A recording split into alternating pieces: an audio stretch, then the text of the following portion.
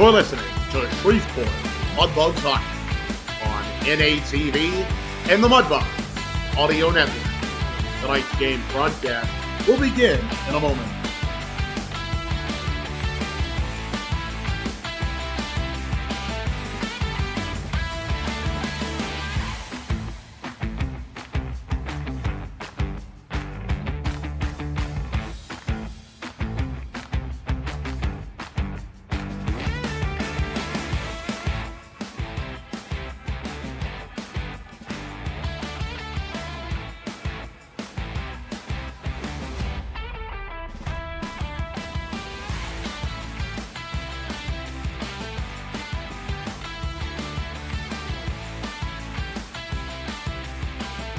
You're listening to Shreveport Mudbugs Hockey on NATV and the Mudbugs Audio Network.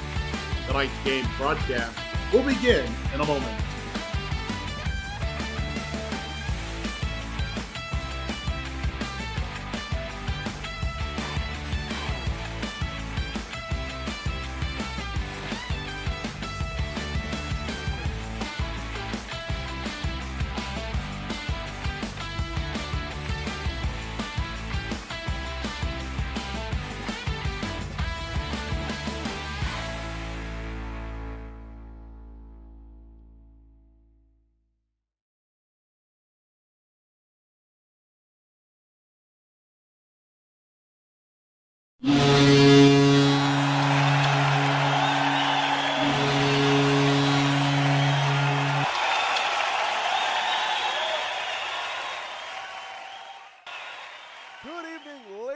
Gentlemen, it's time for Shreveport Mudbugs Hockey here on NATV and the Mudbugs Audio Network.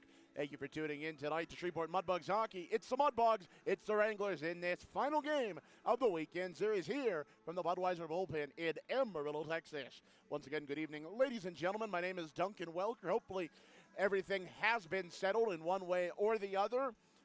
Big thank you not only to the North American Hockey League technical staff back in Dallas, Texas, but also a big thank you to the Amarillo broadcasting staff here in the Budweiser bullpen, as well as the office staff of the Amarillo Wranglers for allowing me to get back, hopefully, to square one in terms of broadcasting. But nonetheless, we come into tonight. Mudbugs are in this second game of this two-game series against the Wranglers. Last night was a tough and tight loss to these Wranglers, 2-1 in a shootout. Of course, there was one goal apiece from each side in terms of regulation. The first goal being from Evan Hoagland at 5:45 in the first period, assisted there by Grayson Gerhard and Jeremiah Roberts. And then for the Wranglers, Jake Boulonze and Daniel Resega and Caden Higarty on the assist. And then from there, shootout, firstly overtime, then shootout after neither team could find the back of the net in overtime. And the lone overtime goal actually was scored by one Alphonse Gentler. That was the shootout goal winner there, because all other attempts were blocked or went wide. But I digress. Moving along here, let's take a look at some numbers from both of these teams. In terms of leading point scorers, Evan Hoagland has taken the lead for the Mudbugs points. Of course, with the aforementioned lone goal on the night, he sits atop the Mudbugs points leaders with 17 points on the night. Johnny Burnt and Joe Simango right behind him in a two-way tie for second place with 16 points. And Duke Gerhard and Jonah Jasser in a now three-way tie for third coming into tonight. In terms of goalies, a bit of a change. It will not be Tyler Hodges in net tonight. It will be number 35, Ethan Phillips. Of course, the last time we saw Ethan Phillips for the Shreveport Mudbugs was back on November 22nd against the El Paso Rhinos, who we will be seeing next week, actually. And, of course, in that game, he had 27 for 30. He saved 27, only let 3 by him with a .9 even save percentage. Good stuff there from the Rochester, New York native. Of course, like I mentioned, he will be getting the start tonight in net. Of course, you're listening to the Landers Dodge Chrysler Jeep Raymond Fiat pregame show. And coming up next, well, right after these numbers real quick for the Amarillo Wranglers, I almost forgot my process here. Of course, let's look at these numbers for the Amarillo Wranglers. In terms of leading points, Jacob Miller and Daniel Resega tied both for the point lead for the Wranglers, and Jake Boulonze right there in third. But in terms of goalies, last night's goaltender and tonight's goaltender, Charles Antoine Girard, Pretty good stuff from him last night in terms of his performance last night for the Wranglers. And again, not to overshadow anything, but Tyler Hodges, excellent performance from him. But he'll be getting some rest tonight. Of course, now coming up next, my conversation with Mudbugs head coach Jason Soupy Campbell. Of course, talked to him about not only Tyler Hodges getting some well-deserved rest, but amongst some other things, including the Mudbugs penalty. And of course, that's coming up next here on the Landers Dodge Chrysler Jeep Ram and Fiat pregame show. And as always, you're listening to Shreveport Mudbugs hockey here on NATV and the Mudbugs Audio Network. We'll be back in a moment. For those that have fallen, I say get up. For those that are asleep, I say wake up. For those that are seated, I say rise. It is time. The world needs what we possess. The only hope for a dark world is the light of Jesus Christ. Let your light so shine. Thank you for tuning in to this Word of God Ministries message.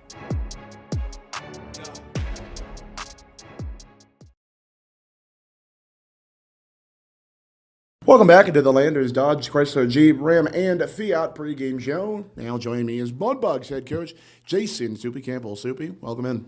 Thank you, Duncan. Oh yeah, of course. Last night I talked to the genius Mudbugs assistant coach Brett Smith.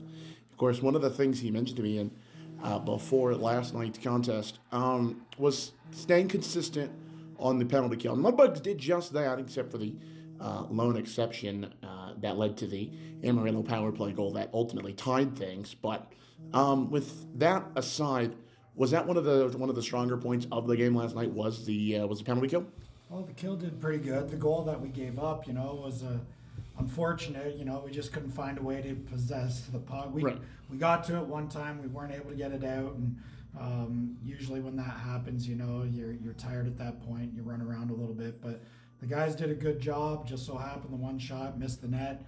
Big carom off the glass, and it went to the other side of the net, and they were able to find a way to bang it in. So we knew that pucks, even if shot wide, carom back pretty quick, and we have to be ready for that. But they one-upped us on that, and unfortunately it was the one that sent it over into overtime. We weren't able to finish the game off. Yeah, and you mentioned sending it into overtime, and later on a shootout. Of course, the aforementioned goal came from their number 11, whose name escapes me at the moment, but Gentler, yes, the Swedish man, but couldn't think of his name off the top of my head, but thank you. But yeah, the goal came from Gentler, and it was actually the lone goal, actually. Every other attempt from both sides was saved by both Tyler Hodges and Charles-Antoine Girard, which, I'm not going to lie, they have a lot of interesting names on their roster to pronounce, like Boulanger, they're number 10, interesting. But I digress, moving along here. So, staying on that shootout aspect of things, what goes through your mind as a coach when trying to decide, your 3, 4, and 5 shooters? Obviously, I know in the NAHL and some other leagues it's best of 3, some it's best of 5. But what goes through your mind when deciding those 3 shooters? Well, we, during practices we do shootouts all the time. We've had a few shootouts this season, so really we have a few kind of go-to guys that you find do a pretty good job in those situations. But as you get down, sometimes it boils down to who's hot that game. Right. Somebody just might have a hot stick that game, and you end up putting them in there.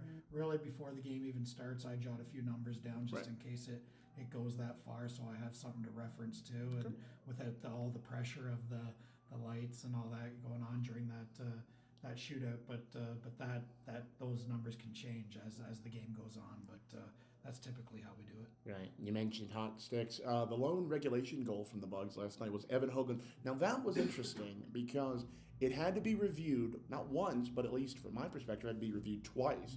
What was going on with that, actually, just to let the people know? Well, I think there was an issue with the cameras and the nets and the net that they were watching. Right. So because when we were watching it, Smitty saw it right away, that it was in. So when they came out saying that they weren't, that it was no goal, our guys were like, I think they were watching a different, the wrong end or something like that, so we asked them to rewatch it, and sure enough, they ended up making the right call. So good on their part. Absolutely, and good on our guys' part. And of course, you mentioned it had to be reviewed again because everybody, at least on the Mudbug bench, including Brett Smith even said it was. And from my vantage point up in the broadcast post, I saw it like it bounced in and out of the net. Like it had a clear bounce, and I'm thinking that's in. It was waved off, and then play was stopped, which I found really interesting. But yeah, that was an interesting turn of events. But yeah, some things just happen like that. Yeah. Well, nonetheless. Of course, tonight we do come into the second game against these Amarillo Wranglers. But what was the message going into the locker room last night after the tough and tight loss? Well, I feel like we kind of got what we deserved. You know, I don't think we played our best hockey game last night as far as just a compete level goes. We were okay, you know, but we just finished again. We were lacking that, and we showed it on video. We just lacked that last bit of execution, that little bit of work to support the puck carrier, the little bit of work to get on the forecheck, the little bit of work to win that wall battle, a little bit of work to finish that net front battle. You know, we were just lacking. We were there, but just that little extra push of compete level and want to get a job done just wasn't there, and that's ultimately how we ended up just getting 1 point last night. Right. But I will say that was the good with the negative, of course, and that lone point did move us up in the standings, of course, into fourth place. And as it stands right now, if the season ended last night, we'd be in the playoffs. But again, that's something not to focus on, at least at this moment, at least in mine and several other hockey experts' opinion. But I digress. So we're going to move on now to goaltending. Tyler Hodges stood excellent on his head, stopping 29 of, I believe, 30, if I'm correct on that number, 29 of 30, and an excellent performance. And so did Charles-Antoine Girard for the Wranglers, but I think Hodges had the better goaltending game of the two. It's funny, actually. The Amarillo broadcaster actually mentioned to me, he was like, well, this was a good game if you like watching goaltenders, and I kind of agree with him. So, what was your thoughts on the goaltending efforts from both Tyler Hodges and, of course, Charles-Antoine Girard of the Amarillo Wranglers? Yeah, both goalies did their job, that's for sure. You know, and when it boiled down to the shootout too, they both did their job again. But I thought Hodges put 3 really quality games together. Right now, I thought Hodges was the busier of the two last night, just because with the 30 shots or whatever, I feel like Amarillo does a good job. My conversation with Mudbugs head coach Jason Subi Campbell just short. I will be posting that a little later on after the game if you wish to hear the full conversation. Welcome back into the Budweiser bullpen here in Amarillo, Texas. Of course, now, ladies and gentlemen, it's time for the Whataburger starting lineups for both these teams, brought to you by our friends at Whataburger. Whataburger, just like you like it. And first for these Amarillo Wranglers, at the left wing, number 89, Alexander Raskin. Taking the opening faceoff, and at center, number 21, Jacob Miller. And at the right wing, number 10, Jake Boulanze. At the left defense, number 14, Hayden Henquist. And at the right defense, number 4, Ethan Ogle. And getting the start in that once again tonight is Charles-Antoine Girard. Of course, these Amarillo Wranglers are led by head coach Michael Hill. Assistant coach is Lucas Stern. Medical personnel is Lisa Johnson. And, of course, the head equipment manager for the Amarillo Wranglers is George Escamilla. And now, ladies and gentlemen, it's time for the Whataburger starting lineup for your Shreveport Mudbugs. At the left wing from Manhattan Beach, California, number 12, Duke Earhart. Taking the opening faceoff, and at center from Woodlands, Texas, number 15, Jonah Jasser. At the right wing from Havertown, Pennsylvania, number 36, Joe Semenko. At the left defense from Vandalia, Ohio, number 2, Mitchell Reed. And at the right defense from Clarkston, Michigan, number 3, Evan Adams. And getting the start in net tonight for your Mudbugs, and in between the pipes, number 35 from Rochester, New York, Ethan Phillips. Of course, this Mudbugs team is led by head coach Jason Subi Campbell. Assistant coach is Brett Smith. Honorary assistant coach is Chris Lane. And, of course, Will's Night Athletic Trainer is Hunter Robinson. And, as always, head equipment manager is Billy T. Welker. Those have been your Whataburger starting lineups. Once again, brought to you by our friends at Whataburger. Whataburger, just like you like it. Mudbugs out onto the ice and ready to go. Wranglers are now going to come out onto the ice.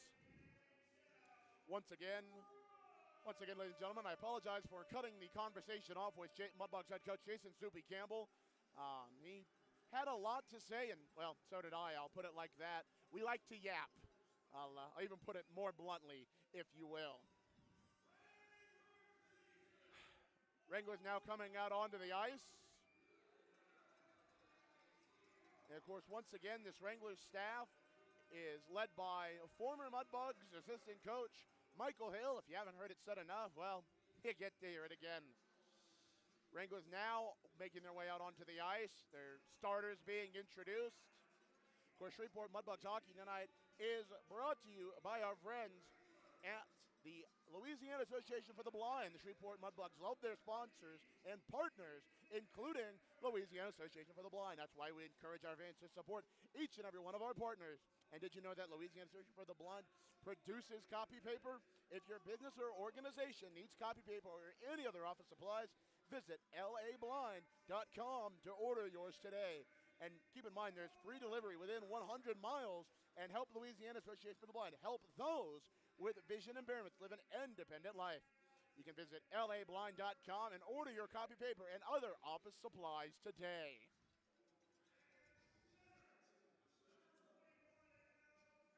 Once again, this Mudbug staff is head coach Jason Soupy Campbell. Assistant coach is Brett Smith. Of course, honorary assistant coach is the one and only Chris Lane, the man, the myth, the legend, Chris Lane.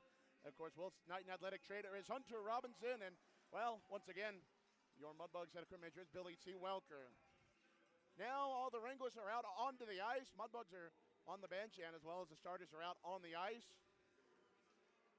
Of course, there will be, looks to be a ceremonial puck drop first things before the national anthem. There was one last night. Of course, now Michael Hill being introduced, as well as Lucas Stern.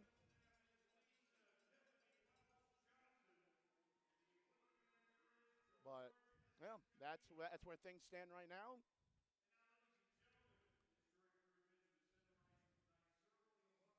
Ceremonial puck drop, first things first. Jonah Jasser will go out, as well as the Amarillo Wranglers captain, number 21, Jacob Miller.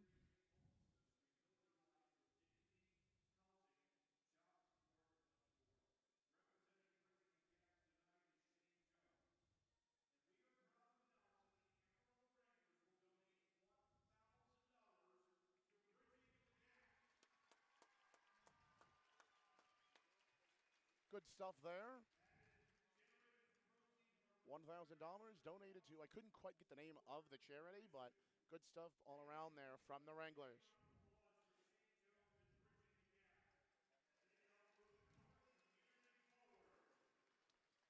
Bit more of a fan crowd numbers in attendance from last night. And now, ladies and gentlemen, I was going to finish that, but more importantly, it's time for the national anthem. Please rise wherever you may be as we honor this great country and those who serve at home and abroad.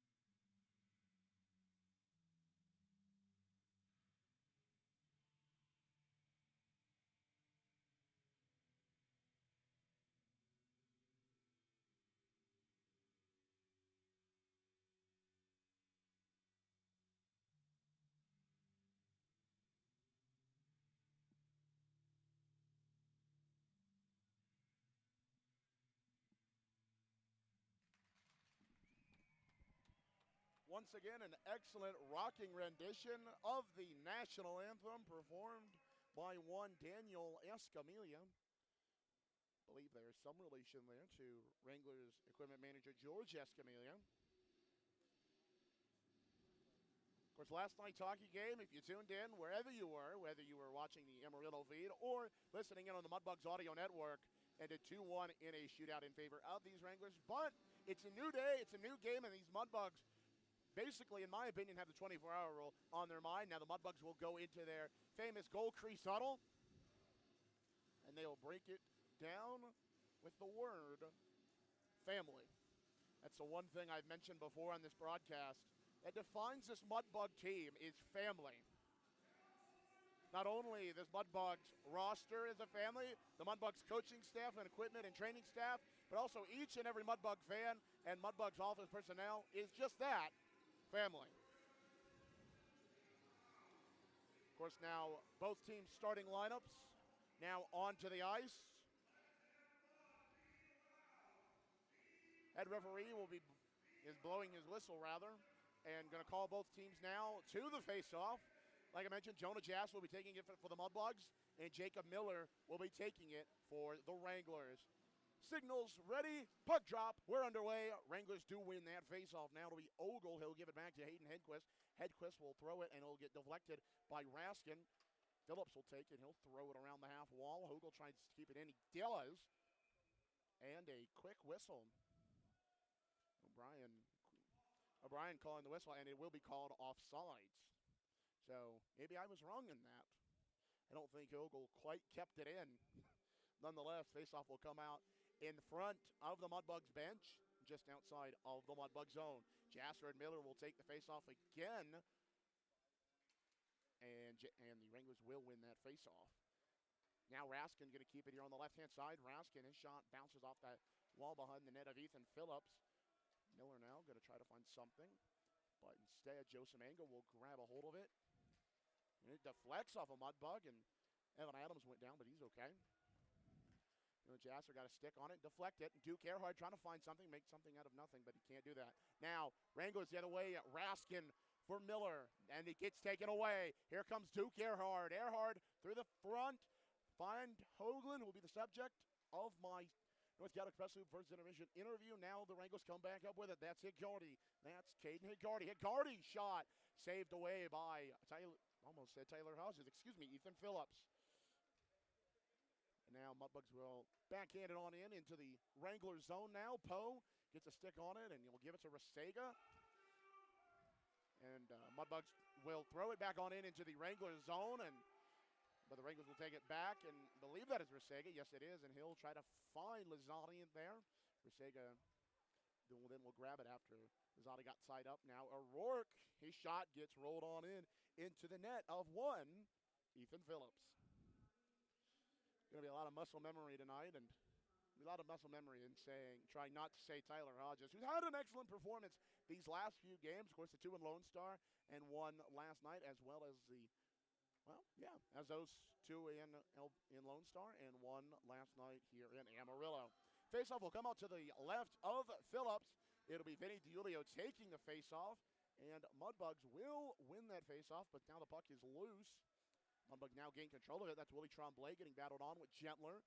Gentler had the shootout game-winning goal. Mudbugs still have it. Now Vinny DiUlio trying to find Jared Griner in the front. Nothing doing there. Wranglers get a hold of it, but not before Willie Tremblay gets a hold back of it. Vinny DiUlio now behind the Wranglers net. He'll throw it up to Owen Case. He keeps it in. Good stuff there. Vinny DiUlio now, and Willie Tremblay tries to keep, that was Jared Griner. Jared Griner tried to keep it in, but it just bounced on out. But Burnt will find Griner back on the right-hand side. Now here comes Jared Griner. Griner spins around for Vinny DiUlio. DiUlio, he also spins around. Tries to find someone in front. That's Tremblay. His shot got blocked on the way through. Adams tried to get it as well, but Wranglers take it back, and that is number 11, Alphonse Gentler. He'll take it up through front. Gentler now, and it will be called offsides. Be called offsides there. Shreveport Mudbugs hockey tonight, as always, is brought to you by our friends at Fireplace Specialties. Fireplace Specialties is a proud corporate partner of Shreveport Mudbugs hockey. Fireplace, gas logs, glass doors, wood stove, inserts, mantles, and grills. And they've got it all. They're located at 8500 Box Road in Shreveport, or log on to fireplacespecialties.net. Fireplace Specialties is your fireplace headquarters. Face off now outside of the Mudbugs zone on the other side of the bench of the penalty box. Wranglers did win that faceoff. Ogle able to throw it on in, but not before it's taken back by Evan Adams, who'll give it to Mitchell Reed. Reed now with Jason Simons. Good to see him back in the lineup. Now Liam Wolf-Tolby, he got some contact there from Ogle. And now Lupo will get it from, I believe that was Henry Thornton who had it originally before giving it over. Wranglers now still with it.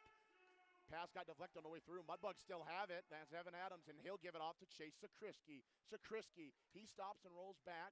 That's over to Jason Simons. Simons, he'll just be able to leave it off for Mitchell Reed. Reed will backhand it. Find Liam Wolf-Tolby behind the net of Girard. Wolf-Tolby tried to find Sakrisky. What? Oh, a winding slap shot by Mitchell Reed.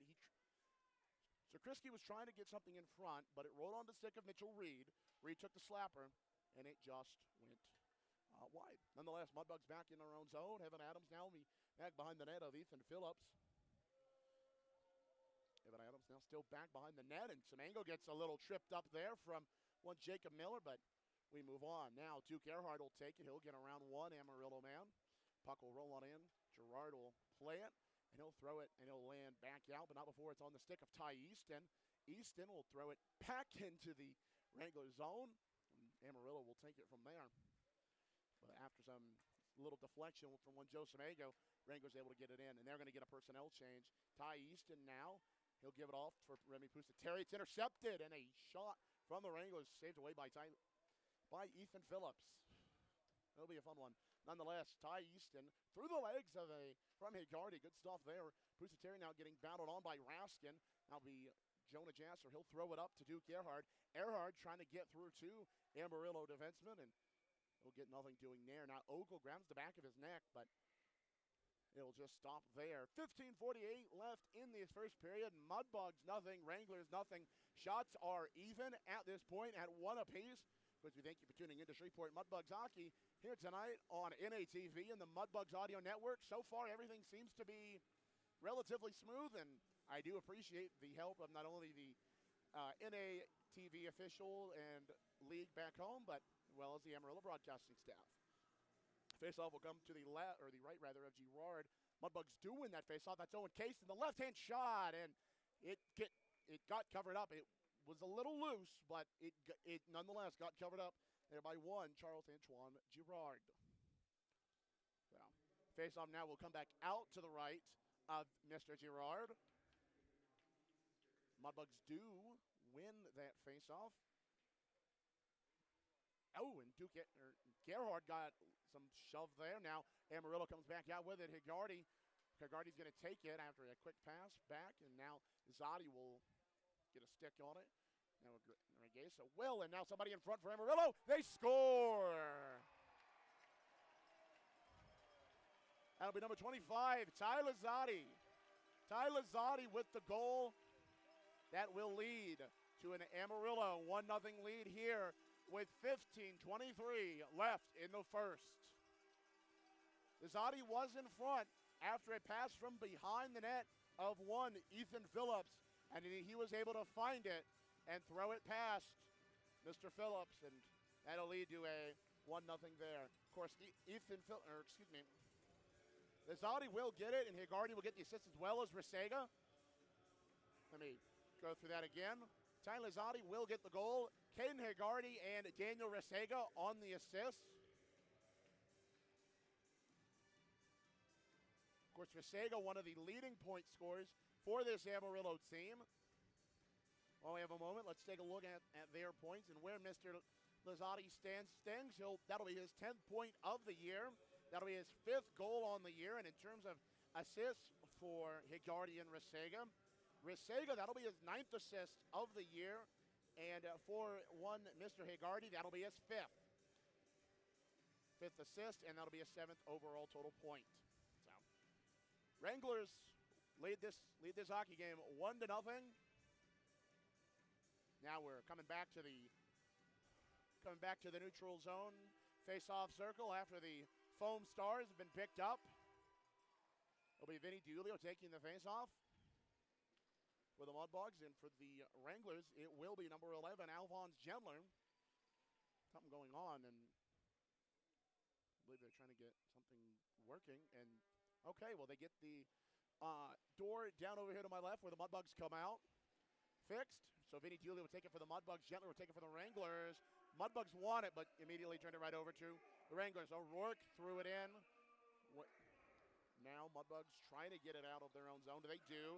Jared Griner now for Vinny Dulio through the left-hand side. Dulio still with it. Tried to find a shot, and it just got deflected on through. His shot, another shot. Got on the side of the net of Girard, and nothing doing there. Now Dolan with it. Dolan shot, and it got blocked away. Oh, my. Off the post, and okay, now I see the puck. Sorry. The puck went up and off the post, and now, more importantly, Wranglers do get possession back on it, but not for long, as both Thornton and Evan Adams go down accidentally. Now Mitchell Reed will take it away. Mitchell Reed now going to take it up here on the left-hand side. Try to find Jared Griner. Couldn't quite get the pass away. Reed does get the pass, and it clears it out of the Mudbug zone, but not for long, as Ogle shot it in, but deflected off the equipment of Evan Adams. Mudbugs do get it now out of their own zone, and Ogle will take it back for the Wranglers now. That'll be on for number 17, Carter Williams. Now Evan Adams gets thrown into the boards by Lupo. That's Mason Lupo there. Wranglers now Mudbugs back with possession. Evan Adams, that's Mitchell Reed. Mitchell Reed now with it behind his own net. He'll give it to Evan Adams. Adams tried to find Sakrisky. Bounced off an Amarillo stick. He did. Mudbugs almost caught offsides. Good thinking play there by both Liam Wolf-Talby and Chase Sakrisky, but Wranglers now back with it in their own zone now. It'll go for Boulanger. Boulanger now. Lone goal last night in regulation for these Wranglers. Boulanger gets on in, and a shot gets deflected by a stick, and it just goes to the glass. Now Mudbugs trying to find a way out, and it'll just get up into the bench of the Mudbugs, and it'll be a puck out of play. 13:34 left in this first period. Mudbugs hockey tonight. And this first period, as always, is brought to you by our friends at Advanced Air Conditioning and Heating. They offer installations, repairs, maintenance for homes and businesses in the area. Log on to advancedac.com. That's advancedac.com. Wranglers won the faceoff that was in front of the Mudbugs bench. Went around the half wall behind the net of Tyler Hott. Ethan Phillips, okay.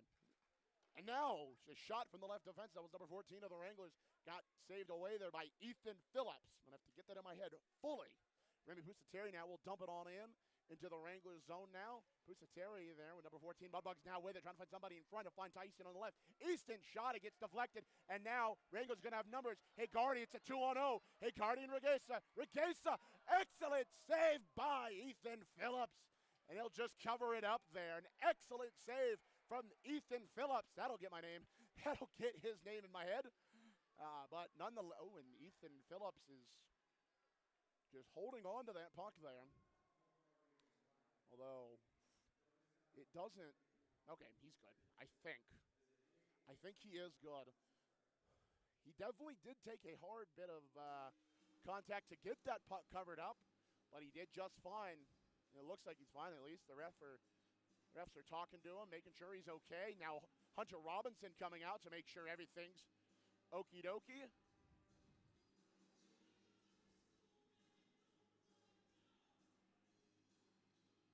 And looks like everything's okay. All right. Well, nonetheless, good save from Ethan Phillips to make sure this stays a 1-0 hockey game. An excellent save from Ethan Phillips to combat the 2-on-0, which saw Regesa and Higardi going in on him. An excellent save from Ethan Phillips. Now faceoff will come out to the right of Ethan Phillips. Mudbugs will win that faceoff. Owen Case now going to give it for Johnny Burnt. Burnt now, he's going to try to find Jeremiah Roberts.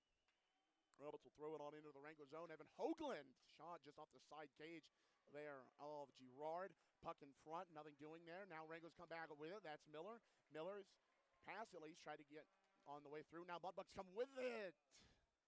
And it went off the skate of Roberts before he was able to get in. That'll be offside. Some pushing and shoving down here to my left involving the aforementioned Roberts, who initially didn't think he was offsides, but once the whistle blew, obviously kind of knew. But, yeah. Yes. So offsides is the call. Puck will now be brought out of the Wranglers zone. And they're actually going to check and see if the net is okay. It looks like it came off its moorings. Are really, I think they're just checking it, and they are. Evan Hoagland will take the faceoff, and like I mentioned, he'll be the subject of my North Caddo Express Loop First Intermission show interview. Wranglers do win the faceoff.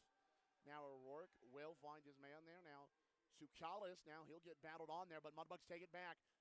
Gerhard now will give it off for Johnny Burnt. Burnt now going to take it up the left, and he'll throw it on into the Wranglers zone.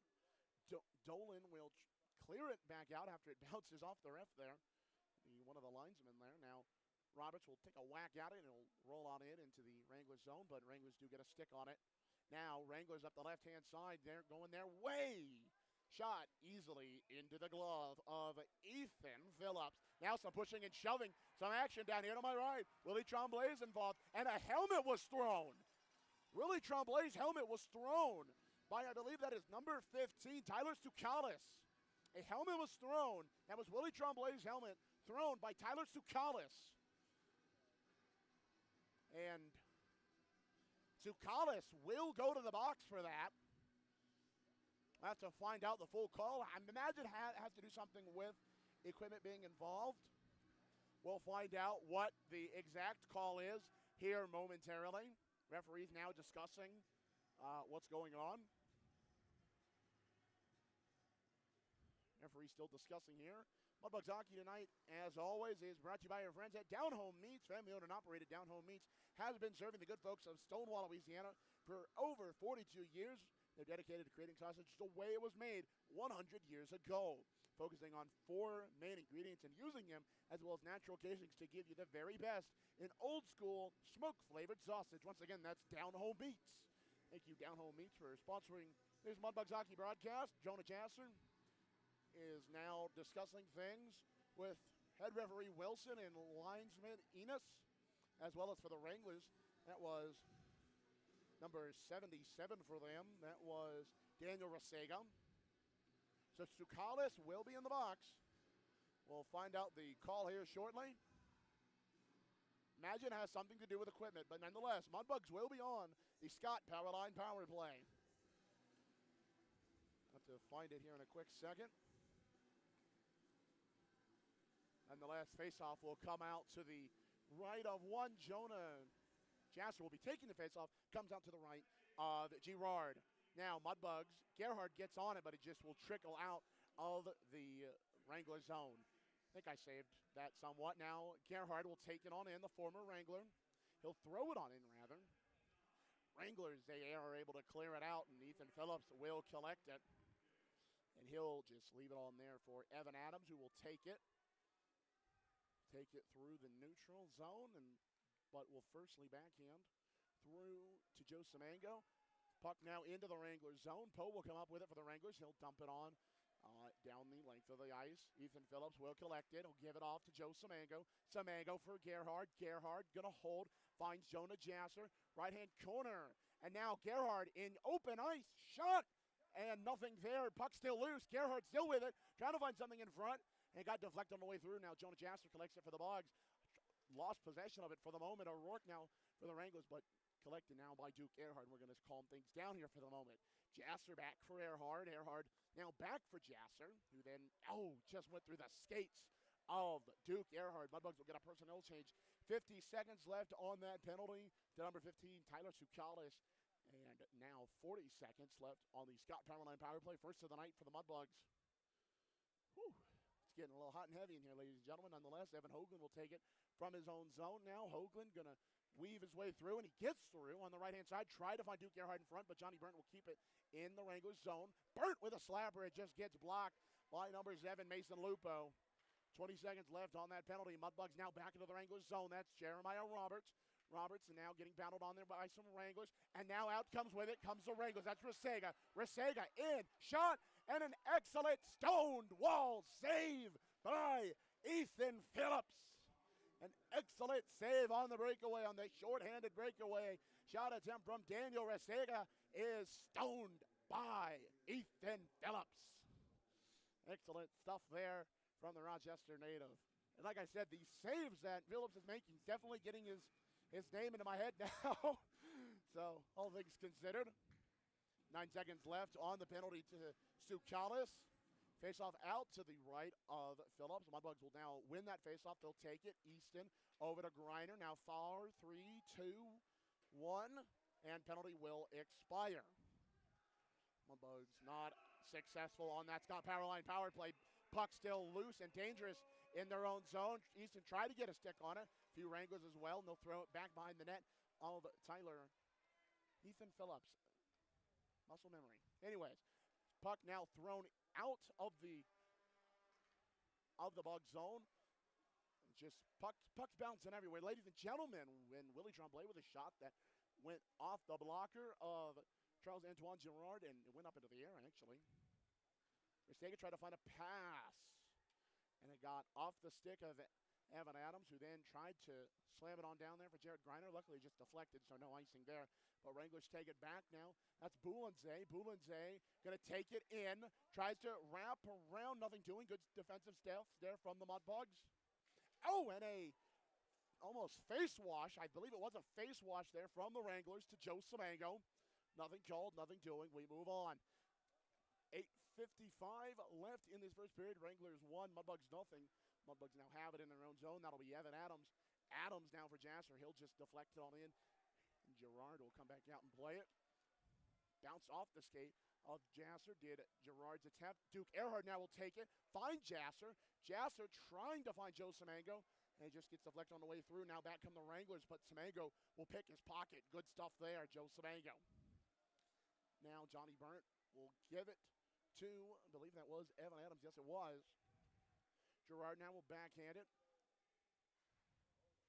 Lopez Corsi, good to see him back in the lineup. Now Jason Simons. Simons going to try to roll on around, get bodied on there by Hedquist. And now we're holding it to the now we're holding the pocket of the boards here. Of course, last night we're holding some more. Of course, when I say holding, I mean holding the puck into the boards here, but now it does come loose. And now Sakrisky tried to get a stick on it. Johnny Burnt does get a stick on it. It stays in the Mudbug zone, but not for long as the Wranglers will find it. And it'll try to find the stick of Henry Thornton. Nothing doing. Now it'll roll back to Johnny Burnt. Johnny Burnt now going to blam it on in there to the left-hand corner. But Wranglers, and good stuff there from Owen. Just keep it in. His shot rolled on and saved there by Charles-Antoine Girard. They're going to a timeout here in Amarillo. We'll take one with them.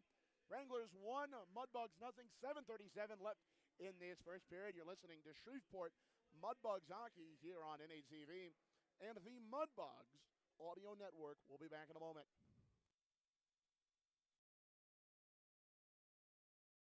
As a business owner, you know it's important to stay ahead of your competition to succeed. One dishonest employee providing poor customer service can send your business to the penalty box. DeFata & Associates has over 20 years of investigative experience that can help you monitor your employees and investigate losses that may be keeping you from reaching your goals. Whether you need GPS tracking, investigative shopping, integrity testing, or you're experiencing losses caused by theft, DeFata & Associates can help. Give them a call at 318-635-9944 or check out their website at defatapi.com for more information.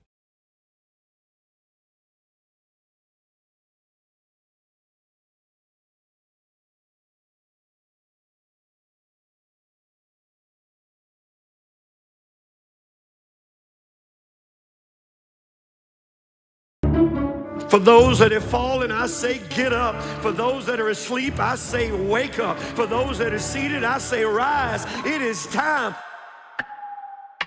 The world needs what we possess. The only hope for a dark world is the light of Jesus Christ. Let your light so shine. Thank you for tuning in to this Word of God Ministries message.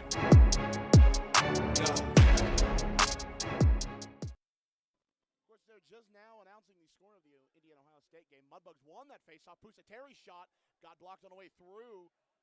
Looks like Hoagland went down for the minute, but he's back up. Now Pusateri going to battle on there with Smith. Smith will just throw it around. And Ty Easton will find it. Tried to find Gerhard in front. Nothing doing. Now Restega will come up with it. Restega battling on with Remy Pusateri.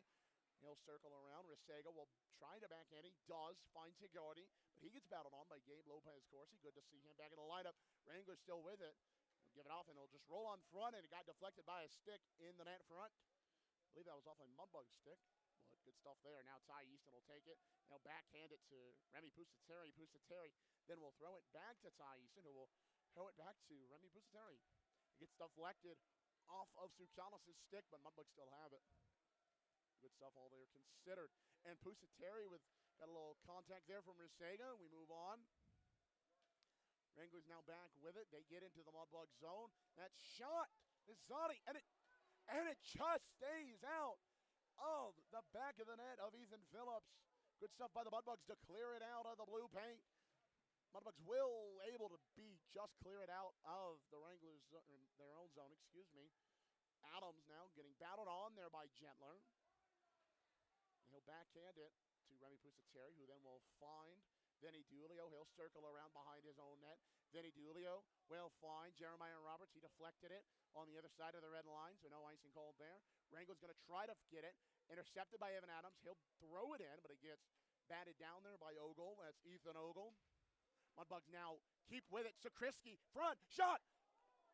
And no goal is called, but it looked a little similar to the one last night that was shot by number 23, Evan Hoagland. And Brett Smith looked at it real quick. He's nothing doing there. Mudbugs now come back out with it. Willie Tremblay for Jared Griner. Griner gets battled on it, still loose.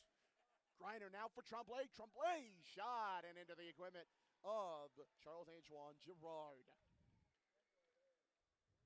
So the shot from Chase Zakrisky that was in front of me, no goal called. I will admit, though, it looked a little similar to the one from Evan Hogan last night where it bounced in and out of the net. It was initially called no goal, but my sources tell me that they here in Amarillo had looked at the wrong angle, but then they found the correct angle, and it was eventually overturned into a goal. So that's your explanation there from last night. 5:28 left in this first period. Wranglers 1, Mudbugs nothing. Face-off now will come out to the left-hand side of Girard. Joseph Ango will take the face-off.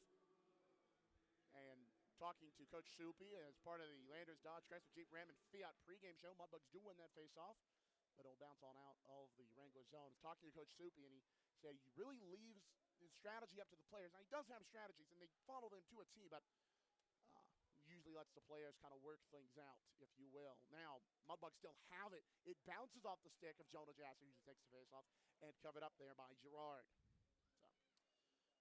So we'll leave it back there. Another face-off. So a little contact there behind the net. Looks like Joe Semango's getting into it with, I believe that is number 10, Boulanger. You'll have to see a 1 and a 0, and I do, and it looks, yes, it is. Joe Semango will go to the bench. Sorry. Every time I see a ref leading a player, especially here in Amarillo, it definitely throws me off because hear how it is in Amarillo. Amarillo's bench is off to my left. Well, that'd be my right technically, but we'll get back to that a little later on.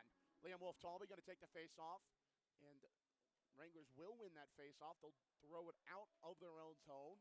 Johnny Burnt will collect it. He'll give it off to, or try to find Jason Simons. Wranglers will throw it around the backboards there. I say backboards, back positioning boards. Nonetheless, Mudbugs come up with it. Jason Simon's going to find it. He'll give it to Owen Case, who then gives it to Liam Wolf-Talby. Talby getting battled on there, but Case finds it. A shot just whistled all the way through. Landed on the half wall, but nonetheless, Sakrisky, and he'll deflect off. Owen Case, he'll find Simons, and he just gets taken down. Nothing doing, but Wranglers come back the other way. Regesa now. Regesa will just throw it on in there as they'll go out for a personnel change. The Wranglers do. Mudbugs now going to take it back from their own zone. That's Owen Case. Case now for Jeremiah Roberts. Roberts for Gerhard. He'll throw it on in. I mean, throw it on in, and it just lands on the weird mesh netting of the netting. I think I said that right. Nonetheless, Gerhard will take it back out of the Mudbug zone, but Gentler will intercept it. But Mudbugs do come after it after Gentler lost the handle for the moment. Mudbugs now have it, and they're into the Wranglers zone. Smith was able to intercept the pass off the boards. Shot there from, I believe that was number 8, Danlo Doylan. Ethan Phillips was able to cover it up nonetheless. This game's been very fast-paced. A lot of things going on at once, and If I miss something or just kind of leave it trailing off, I apologize.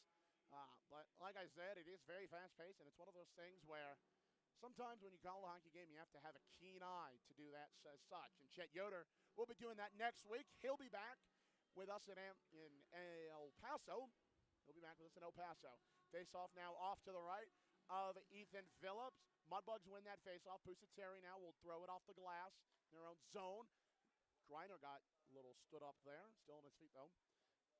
And now Williams throws it on in. He'll bounce off the backhand boards here, and Ethan Phillips will cover it up. Ty Easton. Or no, it's Johnny Byrne. Excuse me. No, that was Ty Easton. Sorry, I see a 4, and anytime I see contact, I see Ty Easton. But then I thought I saw one singular 4, and I'm thinking, okay, Johnny Byrne. No, it was Ty Easton. What he did, though, was he kind of momentum checked one of the Amarillo players into the backboard here. So 3:31 left in this first period. Wranglers 1, Mudbugs nothing. Whew. Okay.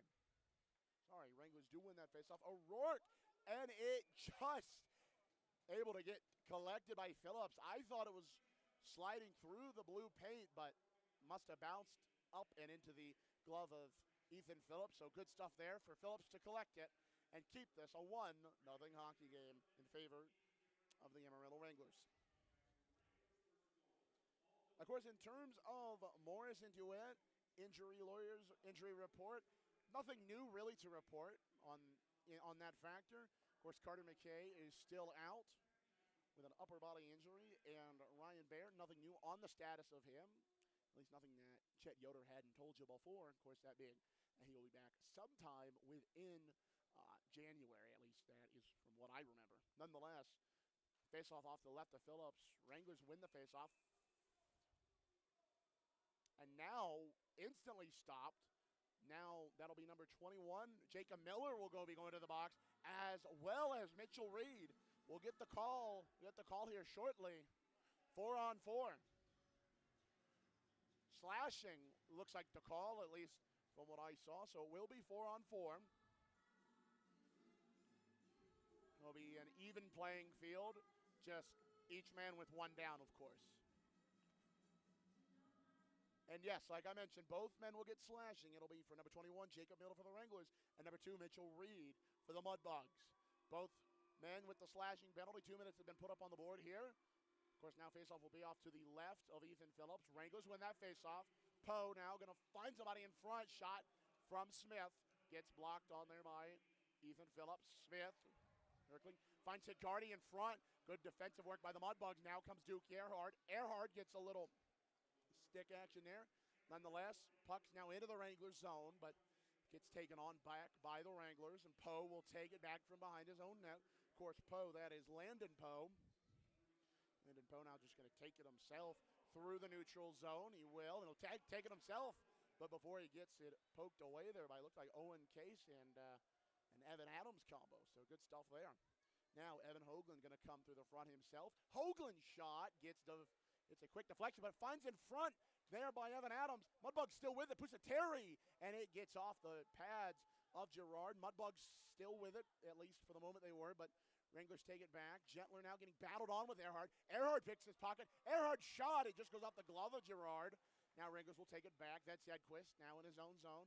Hedquist now over for O'Rourke. O'Rourke stops and circles back around. O'Rourke going to still have it. He'll give it off to the aforementioned Hedquist. Of course, now they're entering the Mudbug zone, or the Wranglers, but Mudbugs do take it back. At least they try to for the moment. And, well, puck will now clear the Mudbug zone. So Wranglers still with possession, but it cleared the Mudbug zone. So that's the important thing. 30 seconds left on this 4-on-4 for Miller and Mitchell Reed. Of course, the call was slashing for both. Little battle on there from Remy Pusateri onto Rasegam. Now Mudbugs do take it out. Jonah Jasser going to take it, and he's able to get around the Amarillo man. Still now has possession. He finds Johnny Burnt. Burnt shot gets deflected off the shin guards, it looked like, Alba Smith. Smith for Wranglers, and now the penalties will both come to an end. both teams getting good opportunities. Mudbugs getting, I think, the better of the opportunities in terms of finding the back of the net. There now. Puck will be in on the Mudbugs zone. Jared Greiner able to give it off to Evan Adams, who then gives it for Vinny DiUlio. DiUlio getting some contact, but it'll roll onto the stick of Owen Case. 1 minute left in this period. 1-0 Wranglers. Now Greiner will find it here in front of me. Greiner stick handling it. And Willie Tremblay. Tremblay trying to find somebody in front. Vinny DiUlio tried to be that man. Nothing doing, though. Greiner and that pass to Mitchell Reed out of the box will just go down back the length of the ice. 40 seconds left. Mitchell Reed gets thrown there a little bit by Henry Thornton, and he gets held up there by Thornton. Nonetheless, Mudbugs still with it.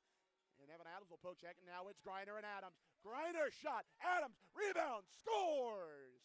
Evan Adams, excellent rebound off the shot of Jared Greiner, and that'll put this game at a 1-1 tied up hockey game. Excellent stuff from Evan Adams. So to recap, Jared Greiner took the shot, and it was rebounded off there by Evan Adams. Of course, we'll get the full lay of the land here in 1 second. The Amarillo statisticians off to my right-hand side here, doing an excellent job trying to give me that double check. And yes, it is confirmed. Adams off of Greiner from also as well as Mitchell Reed. Good stuff there. Mudbugs win the returning faceoff to the neutral zone, and now the Wranglers are going to try to come back up with it. 20 seconds left in the first period. Tied hockey game here off the goal of Evan Adams. Good stuff there. Pusateri now will collect it in his own zone. Pusateri now, Wranglers take it back away. Shot goes wide. Couldn't quite tell who that shot was from. I believe it was from number 25 there for the Wranglers. That is Ty Lazzotti. 2-1-0. That'll end the first period. And now some pushing and shoving in front. Jeremiah Roberts gets involved in it. Rasega also involved. Refs will kind of just hold both men aside and try to separate them. Mitchell Reed got in front a little bit. Some lip service there from the Wranglers. Assistant captain there to Mitchell Reed. Of course, some was thrown back, but I choose to take the side of the latter, being the Mudbugs, of course. Both teams still talking. Refs blow their whistle to get them both to the dressing room. What matters is 1-1 hockey game off the goal of Evan Adams late, and I do mean late, here in the first. We'll get the full recap of how this period went down here in a moment. Of course, now it is the start of the North Caddo Express Loop First Intermission Show, powered to you by our friends at North Caddo Express in Vivian. Of course, they are offering oil changes, inspection stickers, transmission services, and vehicle batteries, as well as key fob batteries. Mention the discount code MUDBUGS25 and get 10% off on your service. Once again, that's the discount code MUDBUGS25. So Mudbugs, Liam Wolf Talby, number 25. Nonetheless, that will get 10% off your service. Call them at 318-375-5823 for more information. Thank you to North Caddo Express Lube. And now a stick broken, being taken off the ice there by Billy T. Welker. And, you know, I was talking to my dad. That was one of the things that was mentioned, is that the effort was there, but there wasn't a broken stick. And I believe you can judge a game on how many sticks are broken. So seems to be a much better effort, at least if you're going to judge by that metric. When we come back, my conversation with Evan Hoagland. Of course, that'll be later on, or rather coming up next, as part of the North Caddo Express Loop. And then the Shreveport Regional Airport First Intermission scoreboard update. We take a look at some college football scores. It is College Conference Championship Week, but that'll be a little later on. You're listening to Shreveport Mudbugs Hockey here on NATV and the Mudbugs Audio Network. We'll be back in a moment.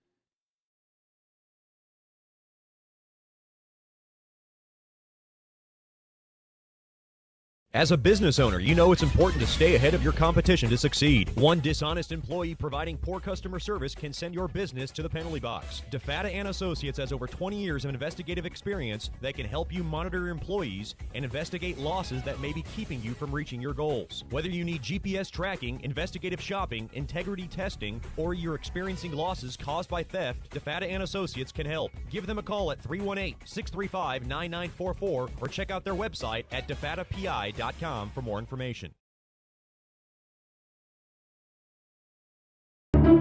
For those that have fallen, I say get up. For those that are asleep, I say wake up. For those that are seated, I say rise. It is time. The world needs what we possess. The only hope for a dark world is the light of Jesus Christ. Let your light so shine. Thank you for tuning in to this Word of God Ministries message.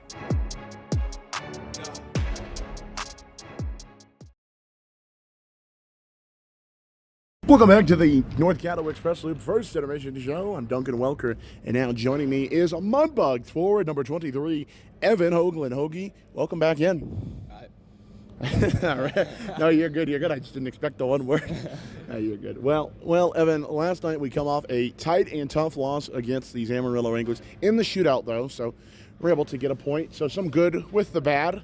But one of the main things I want to talk to you about was last night's goal. You were the lone goal scorer for the Mudbugs, and it was an interesting set of circumstances. Let's put it like that. So to kind of recap how it all went down, I mean, you know how it went down, but listeners might not. But so how it went down was you were down here on the right-hand corner, if I remember correctly, right? Yep. Down here on the right-hand corner, you shoot, and it bounces in and out of the net of one Charles-Antoine Girard. And the goal light, I believe, came on for at least a split second. If not, I could be entirely wrong. But if it did, and then they waved it off, and so it had to go to video review. Yeah. What was the main thing going through your mind, like when you released the shot and you saw it go in, the Mudbugs bench saw it go in, I saw it go in from the broadcast post, and kind of an interesting vantage point. But what was your thoughts when you saw it go in? Well, besides, woo, I scored a goal. Well, I didn't really know it went in because, I kind of got, demolished after it. Right. And, I just picked up my head but after getting hit in the boards, and I seen it in the goalie's chest. And then I'm making my way back to the bench, and everybody's like, it went in. I was like, I don't remember it. And then, then Smitty showed me on the tablet it went in, and then, they reviewed it. Yep. I about to say, so they had to review it not once but twice. And Mudbugs head coach Jason Soupy Campbell actually told me there might have been an issue where they looked at the wrong angle. Yeah, they were looking at Hodges' neck.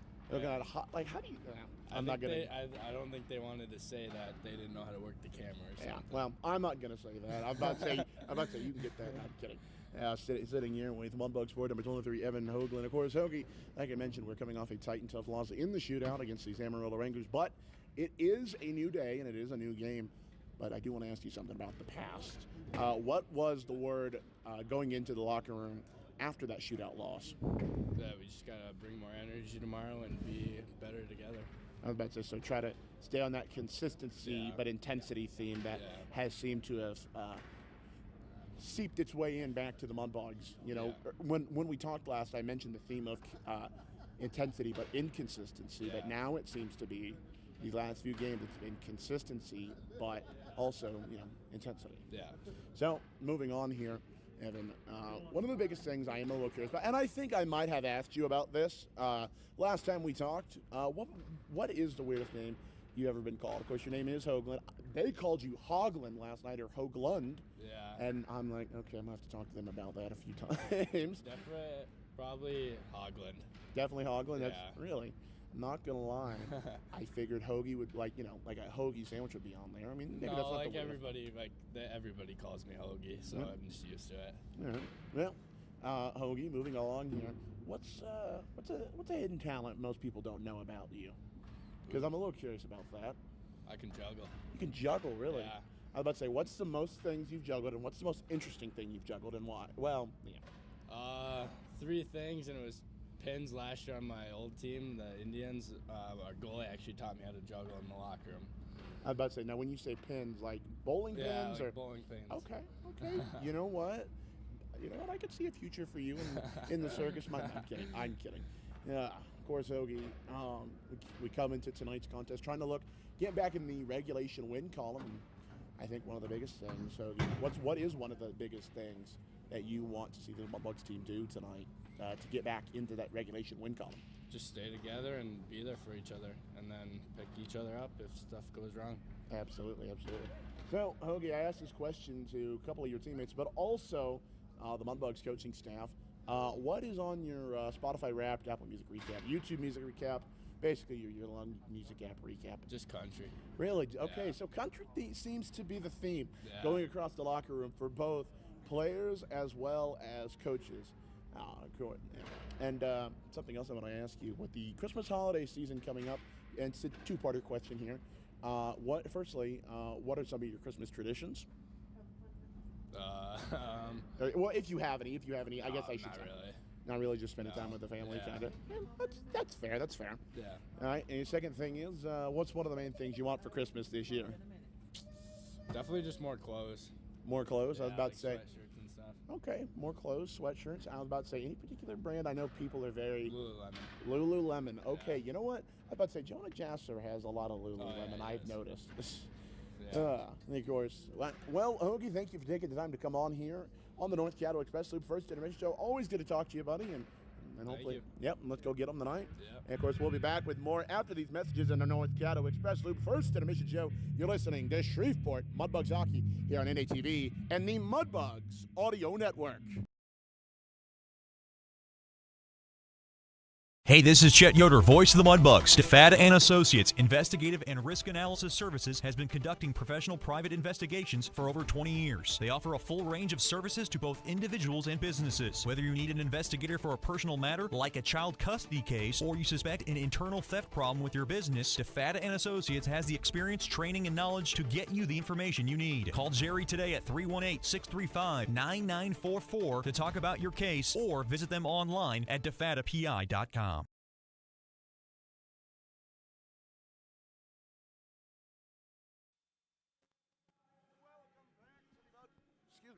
Welcome back to the Budweiser Bullpen here in Amarillo, Texas. Mudbugs 1, Wranglers 1. Of course, let's tell you how we got there. Firstly, first goal of the night coming from Ty Lazzotti and Caden Higardi, as well as Daniel Resega on the assist at 15:23. And then with 27 seconds left in the first, Evan Adams comes up with it.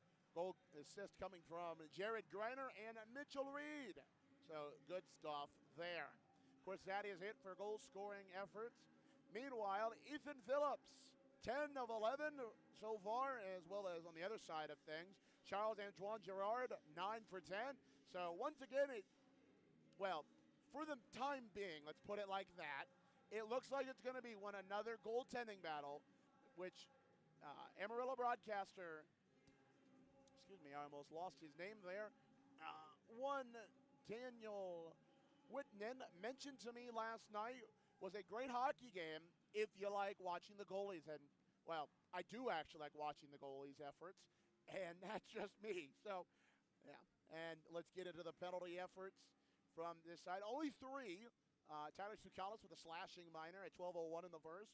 Mitchell Reed and Jacob Miller both for slashing as well at 3:23 in the first period. Shots this period, 11 shots for the Amarillo Wranglers and 10 shots for your Shreveport Mudbugs.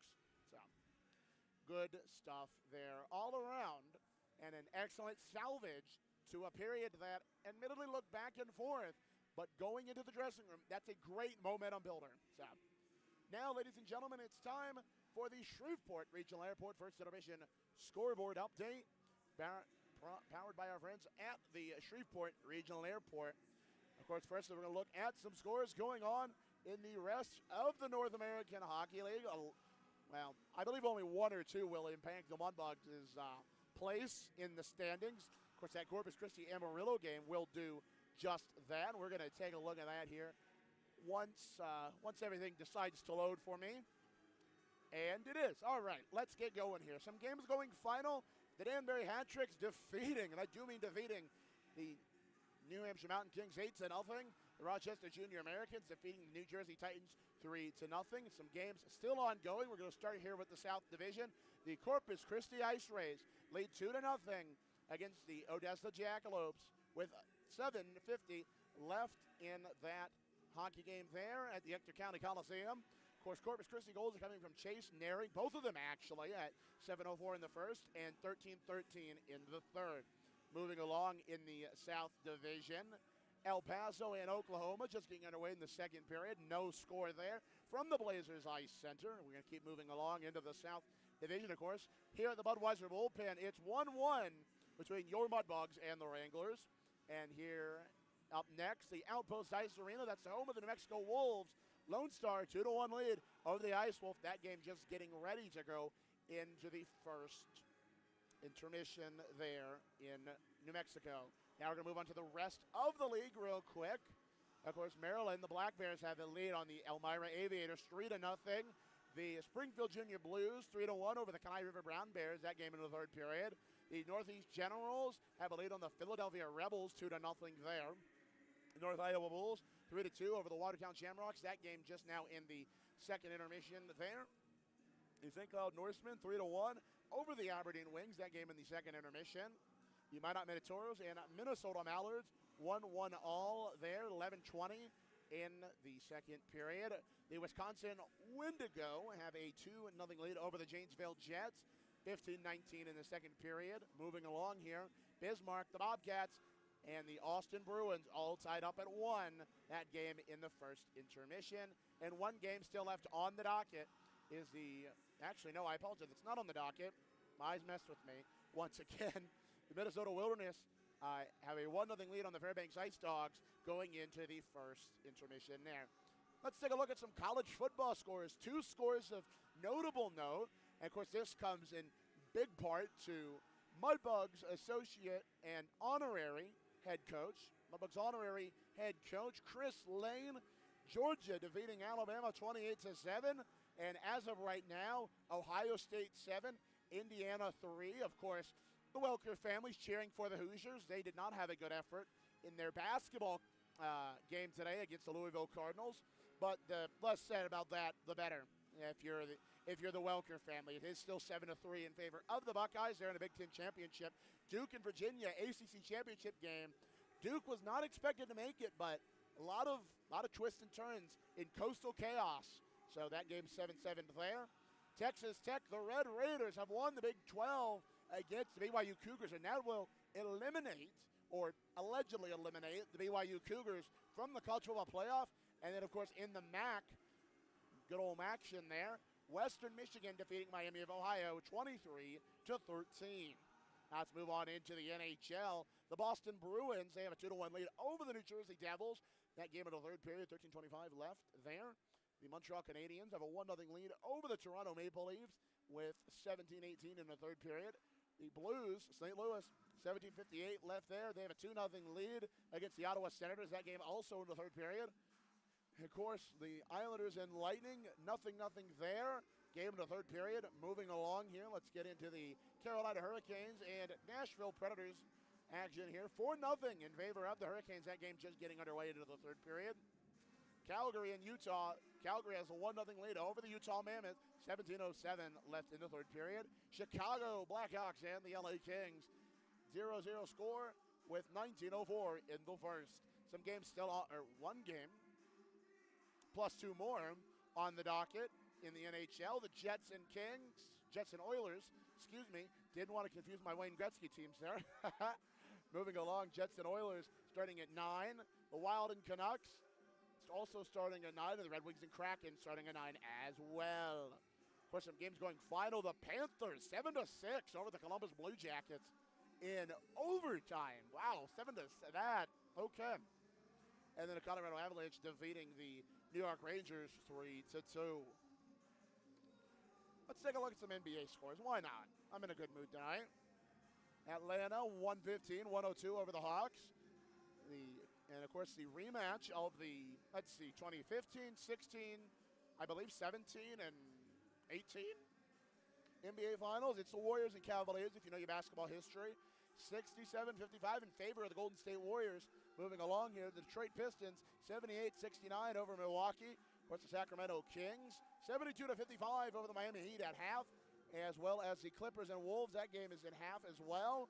56-42 in favor of the Clippers. The Dallas Mavericks, 33-31 over the Houston Rockets. That game in the second quarter. And one game going final so far, the Brooklyn Nets defeating the New Orleans Pelicans.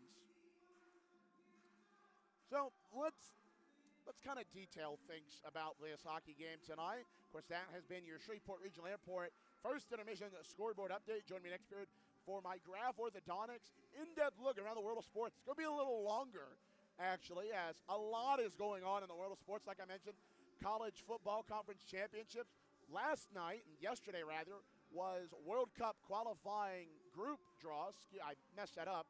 World Cup group draws. The U.S. is in a pretty good situation. Scotland as well. Well, unless they face Brazil, but we'll get into that next period. Let's look a little bit in depth of this hockey game real quick. So it is a 1-1 hockey game. Of course, the goal for the Mudbugs coming from Evan Adams with 27 seconds left. And, of course, the goal for the Wranglers coming from Ty Lizotti with 15:23 in the first. The assists on both of those goals, on the Evan Adams goal from Jared Griner and Mitchell Reed, and for Lizotti's goal for the Wranglers was Higardi and Rasega. So, one of the things that I had noticed about last night's effort compared to tonight's is, I'm not going to say it's a night in Danford, at least not yet, but we'll have to find out coming up here in about 4:35. Let's just put it like that, 4:35 left in this intermission here. We're going to actually take a quick break just a little bit because I know a couple people are kind of tired of hearing me yapping somewhere. We'll be right back. You're listening to Shreveport Mudbugs Hockey here on NATV and the Mudbugs Audio Network. We'll be back in a moment.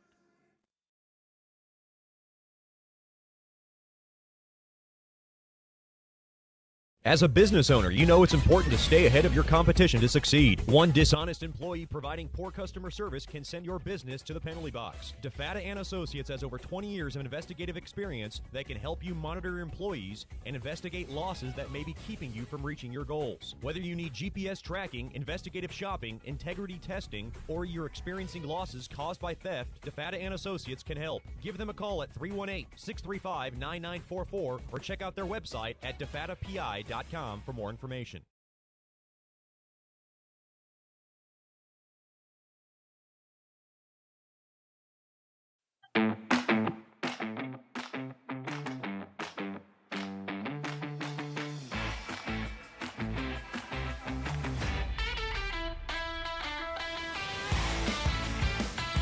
You're listening to Shreveport Mudbugs Hockey on NATV and the Mudbugs Audio Network.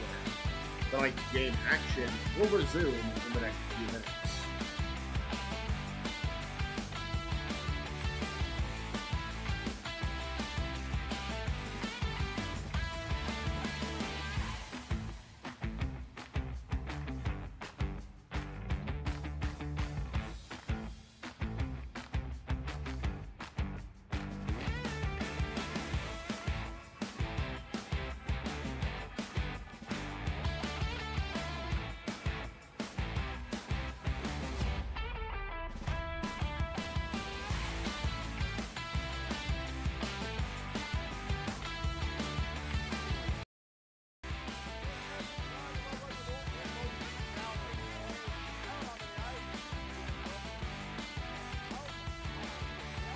You're listening to Shreveport Mudbugs Hockey on NATV and the Mudbugs Audio Network.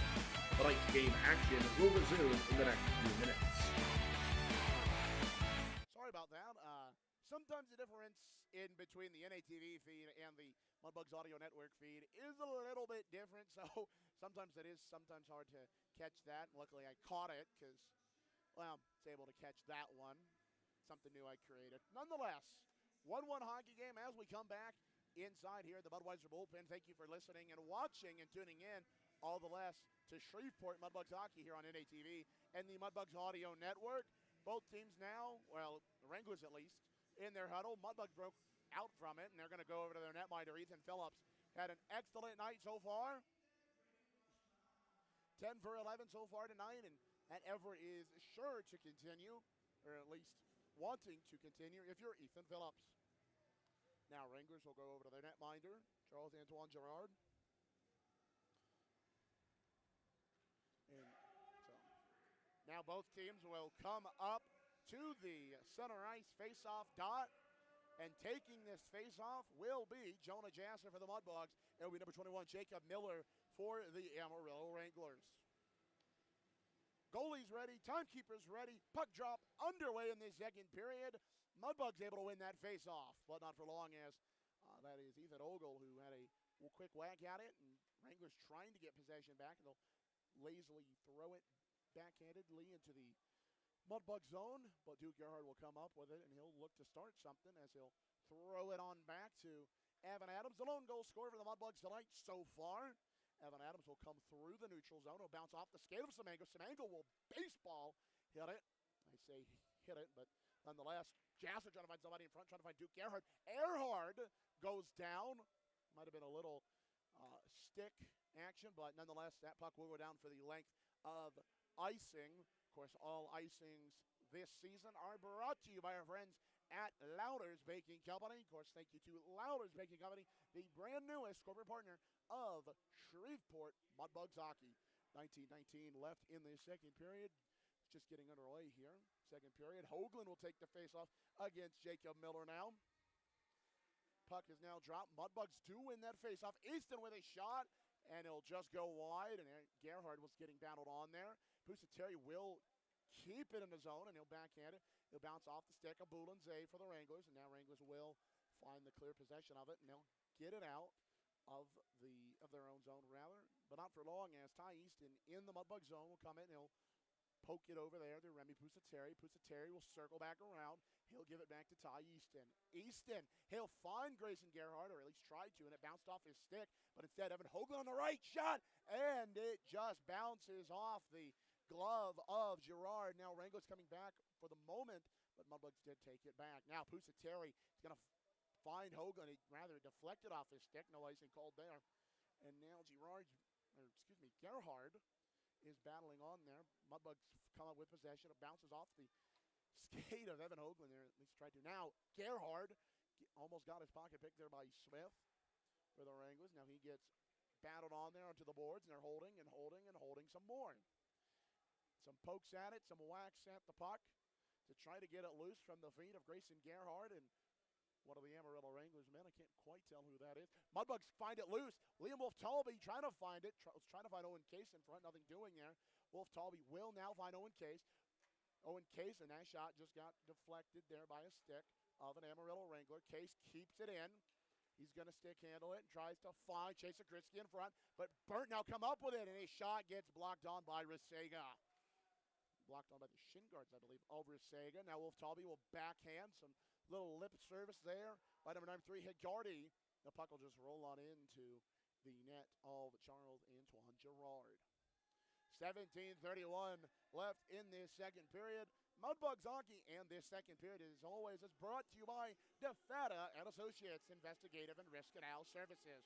Personal matters, child custody cases, internal theft problems in your business. Just call our main man, Jerry DeFata, at 318-635-9944 to discuss your case, or by visiting DeFataPI.com. Thank you to DeFata PI for sponsoring this second period. Face-off is off to the right of Girard. Wranglers win that face-off. Now Tsoukalis will get a stick on it, but not before it's turned over. But Wranglers do gain back possession, at least they did for the time being, as Jared Greiner will circle and take it behind his own net. Greiner now will try to find Vinny Dulio. Luckily went off the stick, so no icing called there. Girard will play with it. Tremblay trying to find somebody in front, and there was contact, or rather stick action, shot action in front by Vinny Dulio. Nothing doing there, though.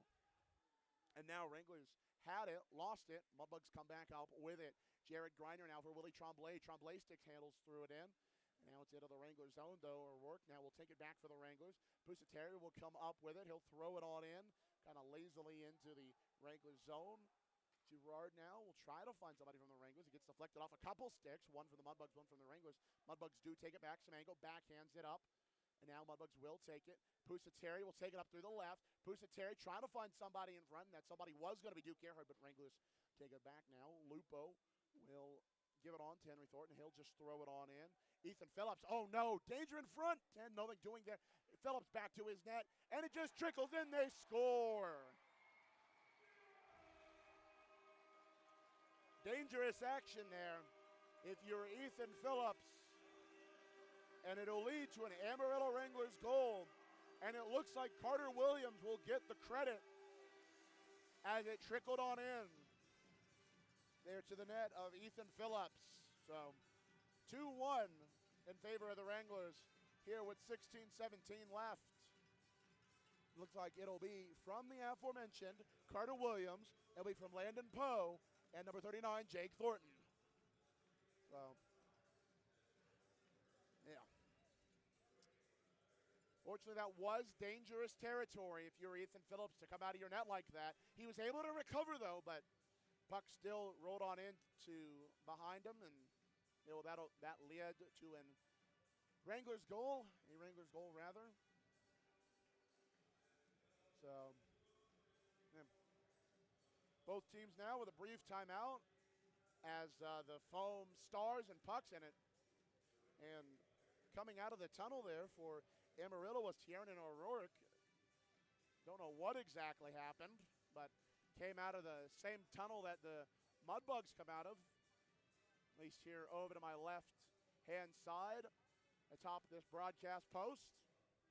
But I guess whatever it is, it's okay nonetheless. So, once again, the goal, Carter Williams coming from Landon Poe.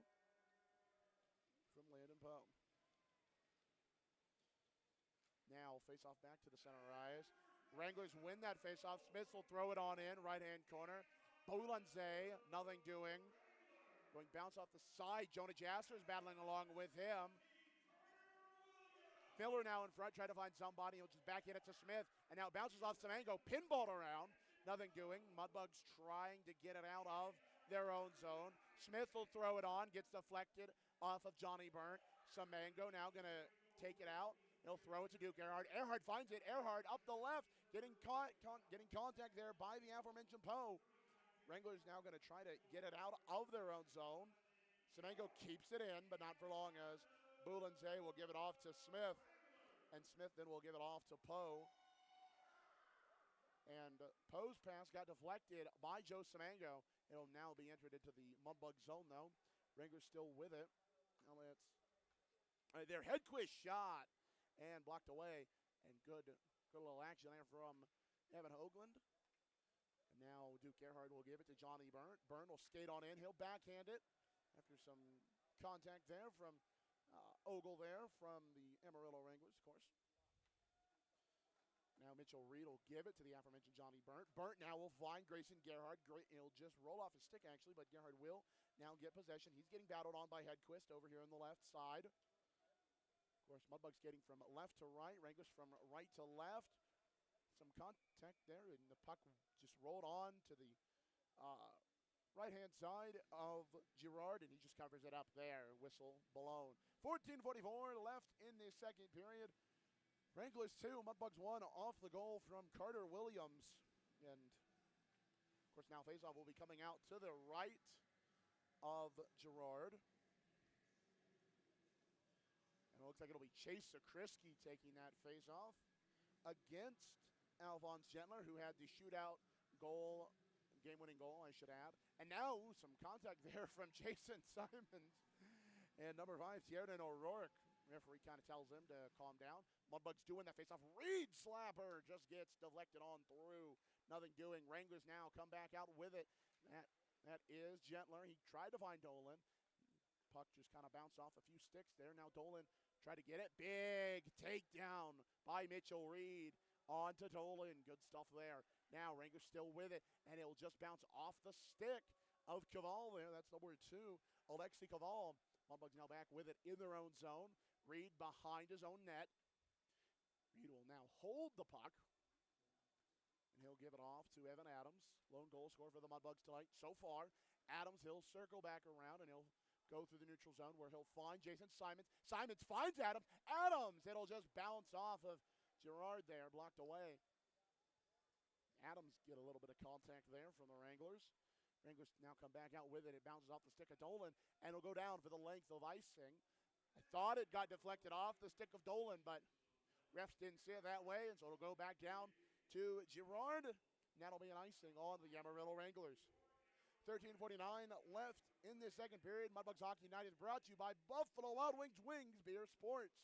Hopefully that lunch party there last night at the Buffalo Wild Wings on Airline Drive was a little bit better after things were able to get settled.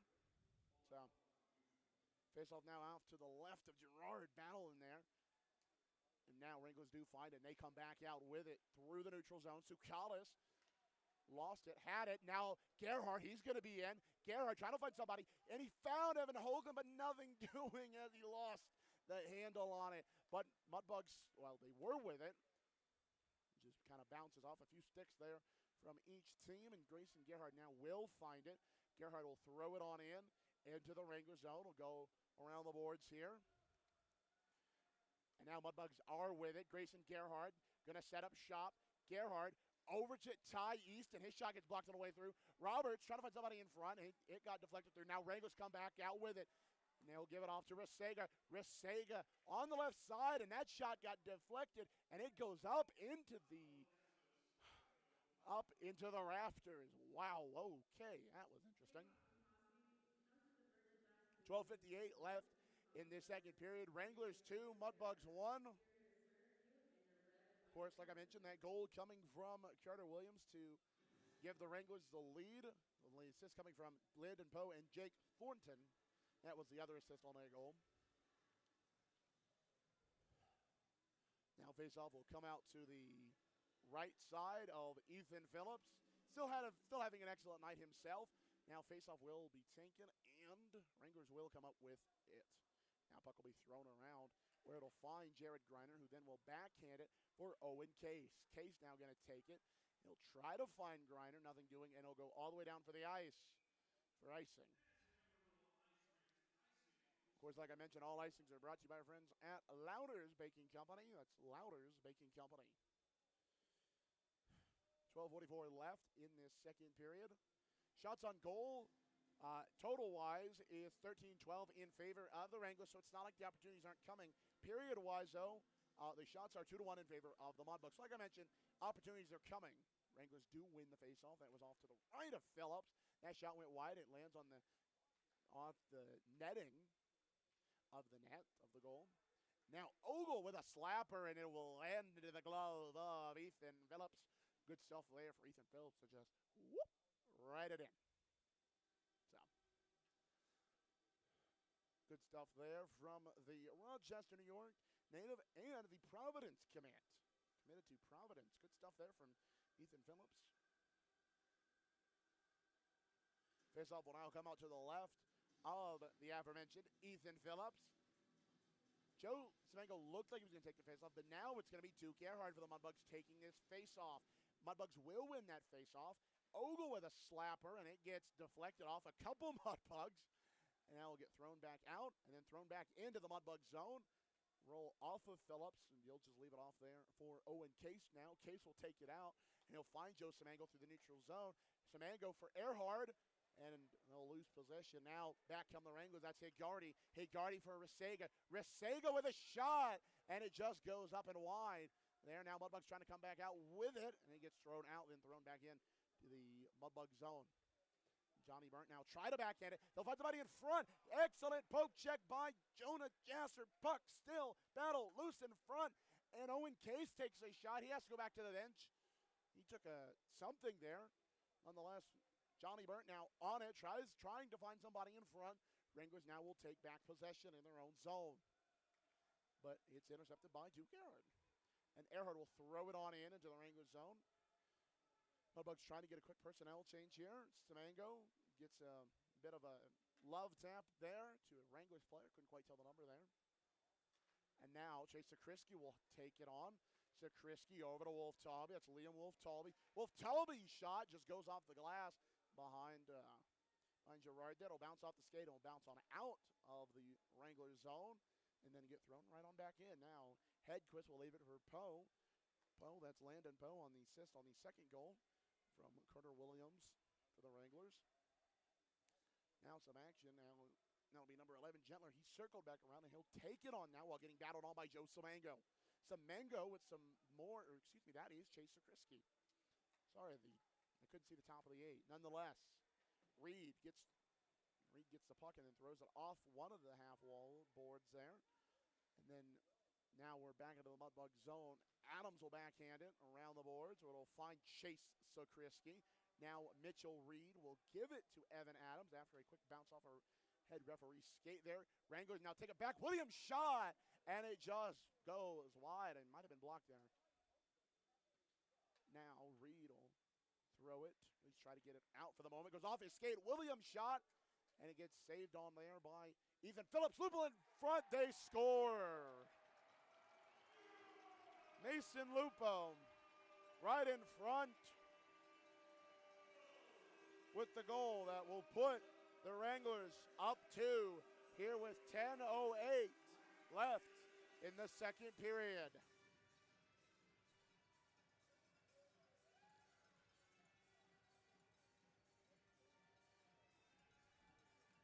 Of course, that'll be Mason Lupo assisting on that goal, number 39 for the Wranglers there. Almost lost my sheet there.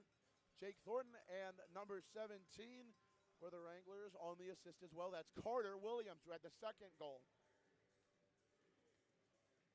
So, 3-1 hockey game, but as the old hockey adverb goes, 2-goal lead is always the most deadliest. So, Mudbugs will look to exploit that once we come back to play here. Ooh, okay. So their goal song is a dance mix of Johnny Cash's Ring of Fire. Interesting. A lot of interesting goal songs actually happening around the hockey world. Heard the Huntsville Havoc actually changed one of theirs. Some fans not happy, but obviously that's up to them back in Huntsville. So now the faceoff will come back to the center circle. Miller will take the faceoff for the Wranglers. Hogan will take it for the Mudbugs. Mudbugs do win that faceoff. And now ran through the zone. Miller's shot. Glove save there by Ethan Phillips. So at least it sounded like we're going to go to immediate timeout here. And we are. So with 10:01 left in this second period, Wranglers 3, Mudbugs 1 off the goal from Mason Lupo for the Wranglers. Of course, when we come back, more second period action. You're listening to Shreveport Mudbugs Hockey here on NATV and the Mudbugs Audio Network. We'll be back in a moment.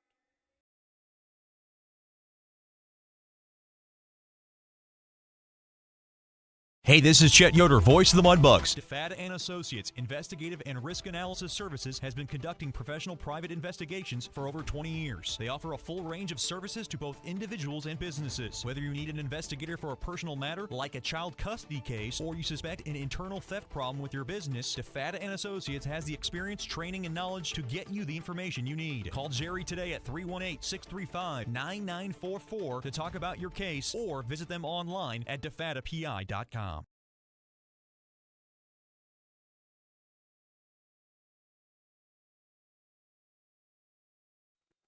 Welcome back into the Budweiser bullpen here in Amarillo, Texas. Wranglers 3, Mudbugs 1. Of course, the latest goal from the Wranglers coming from Mason Lupo. Assist on that goal coming from Jake Thornton and Carter Williams. Thornton with his second assist on the night. His first assist being on the Wranglers' second goal from Carter Williams. Now the faceoff will come out to the right-hand side of Ethan Phillips. I believe that'll be Miller and Evan Hoagland now. Mudbugs do win that faceoff, but it'll get taken by Boulaze and then thrown back into the Mudbug zone. Corsi now, Lopez Corsi will leave it for Evan Hoagland, who will throw it on into the Mudbug zone. It'll find the skate of Jeremiah Roberts. Puck still loose now. Now Raskin will take it back. Threw it to Miller, and then they threw it on into the Mudbug zone. Now Jeremiah Roberts makes a move and tries to get on in. He got a poke check there from Raskin, it looked like. Wranglers do take it back in their own zone. Evan Hoagland circling, and Mudbug still loose. Now Jared Griner, and it just rolled off the netting, and it goes into the blue paint, and then covered up by Charles Antoine Girard. 9:18 left in this second period. Of course, this second period is brought to you by our friends at Nevada and Associates Investigative and Risk Analysis Services. Personal matters, child custody cases, internal theft problems within your business, just call our main man, Jay Nevada, at 318-635-9944 to discuss your case, or by logging on to DefadaPI.com. Thank you to Defada and Associates Investigative and Risk Analysis Services. Now, Wranglers do win that faceoff. That was to the left of Girard, and it'll come up, and now Wranglers now with it deep into the Mudbug zone. That's Higgarty. It's still loose in front, and now covered up by Ethan Phillips. Bit of a dangerous play there in terms of for the Mudbugs defense. They got caught off guard there, and fortunately, number 93, that is Caden Higgarty for the Wranglers, almost took advantage, but Ethan Phillips was able to come up with the save, and good stuff there from Ethan Phillips.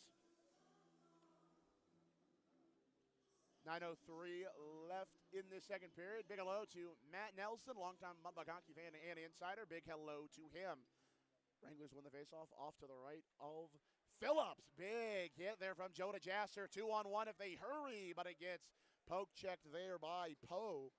And that'll come onto the stick of Johnny Burnt, and Earhart will slap at it, and it will go on into the Wranglers zone. Jasser, some contact there onto the aforementioned Poe. Mudbug still trying to find it in the Wranglers zone, deep here into the Wranglers zone. Poe now will come up with the possession there. A little bit of hit there from Owen Case. Johnny Burnt, and now it looks like one of the Wranglers defensemen. He tries to wrap around, and it gets blocked off there by Tyler Hodges. Good stuff. Of course, that man was number 8, Danilo Doyle, and now Mudbugs with it. Earhart, and it just backhands and will roll on into the glove, and covered up there by Charles Antoine Girard. Some words and little shoves exchanged there and a shove to the head exchange there by Mason Lupo onto one Joe Simango. Now some words being thrown back and forth between Simango and Lupo. I'm not going to lie, shove to the head seems a little bit much, but hey, that's just me. 8:19 in this second period. Of course, also a big hello to Mudbugs honorary assistant coach Chris Lane, giving me some score updates around the world of the North American Hockey League and the world of college football. I'll have to get more score updates coming up in the Graph Orthodontics second period in-depth look around the world of sports, which is a part of the Sonic Drive-In second edition show, powered to you by our friends at Sonic Drive-In. Sonic Drive-In, this is how we Sonic. Face-off will be off to the left-hand side of one Girard. Wolf Tully takes it for the Mudbugs, and Mudbugs do win it, at least for the moment. Evan Adams will come up with possession. His shot just goes wide and right. At least right-hand side of Girard. Wolf Talby comes back up with it. Wolf Talby will be up on the left. Wolf Talby holding, circles around. He finds Mitchell Reed. Reed shot, loose, front. Rebound tries to find it, gets covered up there by Girard. A somewhat excellent save there from Charles Antoine Girard. He covers it up by the seat of his pants. I do mean the seat of his pants. And he'll keep it a 3-1 hockey game for his Amarillo Wranglers. 7:56 left in this second period. Shots are 19-12, at least total-wise, and in favor of the Wranglers. In terms of the period, 8-2 in favor of the Wranglers. Now Evan Hoagland will take this face-off, and Wranglers will win that face-off. Now Poe will try to find number 93. He'll just go down. No, actually did not. It did go down the length, but it was off the stick of one Higgarty. That's Caden Higgarty. Shot went wide. Now Jeremiah Roberts and the Mudbugs come back out with it. Phil will find Grayson Gerhard. Gerhard tried to back pass it to Jeremiah Roberts. Nothing doing. And he gets a little twist and turned around there. But nonetheless, Evan Adams tries to fight it on front. It just gets deflected and blocked all through. Mitchell Reed, that shot got deflected, and now Wranglers trying to get out of their own zone. Jeremiah will get it, throw it on in, and he'll get thrown on right back. And that does not look good if you're number 25, Tyler Lizotti, but Mudbugs coming back with it. That's crazy. Gerhard trying to find somebody in front. Slot, nothing doing. Gerhard still with it. Found number 23. Hoagland shot gets deflected by Higgarty. Hoagland now will come back up with possession, try to find somebody in front. Gets sticked away there by Charles Antoine Girard. He'll go down the length of the ice for icing. 6:58 left in this second period. So icing was called, and now they're discussing face. Actually, so it looks like because it was icing, the Wranglers will not get that personnel change. Michael Hill, a little incensed, but that's the rules. That's the rules there. But nonetheless, Liam Wolf-Tulby will take the faceoff for the Mudbugs. Mudbugs do win that faceoff. Terry, Easton's shot just gets swallowed up there by Charles Antoine Gerard. And what a shot there from Ty Easton. Who really doesn't find the puck on his stick much, but when he does, and right there especially, he'll throw it in just as hard as he does his punches. I'll say that much. But I digress. Nonetheless, faceoff will now come back to the left-hand side of one. Charles Antoine Gerard. Jason Krisky will take it. Mudbugs win the faceoff. Simon's shot, and it'll be swallowed up into the glove of Mr. Gerard. So once again, the faceoff will be to the left of the Wranglers netminder, Charles Antoine Gerard.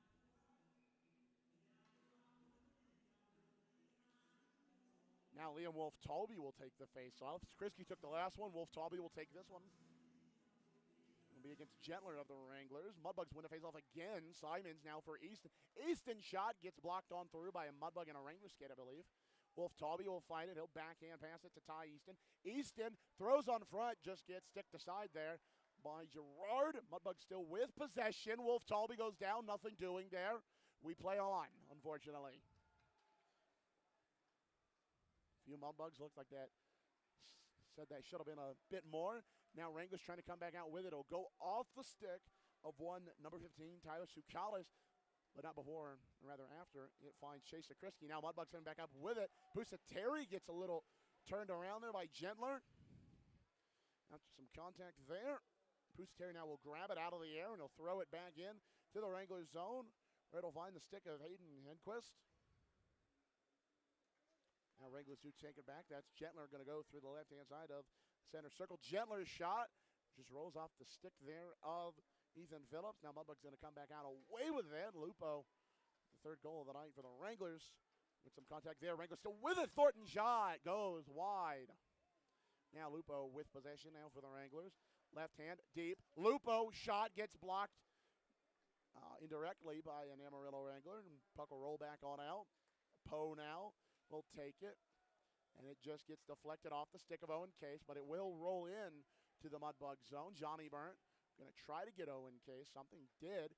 And Vinny DiUlio will find Jared Greiner. Greiner going to try to skate on in after he dumped the puck in. He does, but, well, I was going to say nothing doing, but something happened, at least for the moment. But now it's nothing doing as Lupo backhands it out. Wranglers trying to get it on into the Mudbug zone. They will. They'll get a quick personnel change. Mudbugs got to hurry if they want to take advantage of it. Johnny Burnt now going to take it, and he'll try to find Vinny DiUlio, but Semango will recover it, and he'll bounce off the ref there.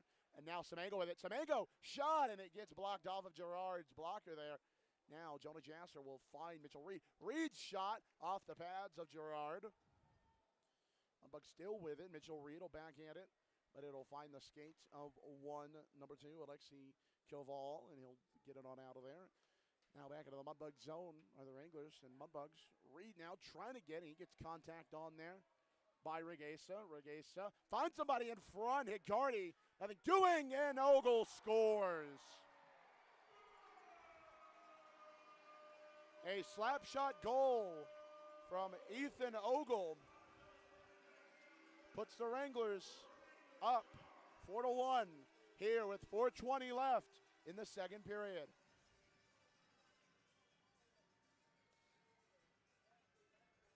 They tried to find number 93, Caden Higardi. He lost possession of it, lost the handle, but instead Ethan Ogle found it and he slapped it past Ethan Phillips. So this will be a 4-1 hockey game. 4:20 left in the second period there. So it'll be Ethan Ogle. Assist will come from number 77, Daniel Risega, as well as I believe it might have been 193, Caden Higardi.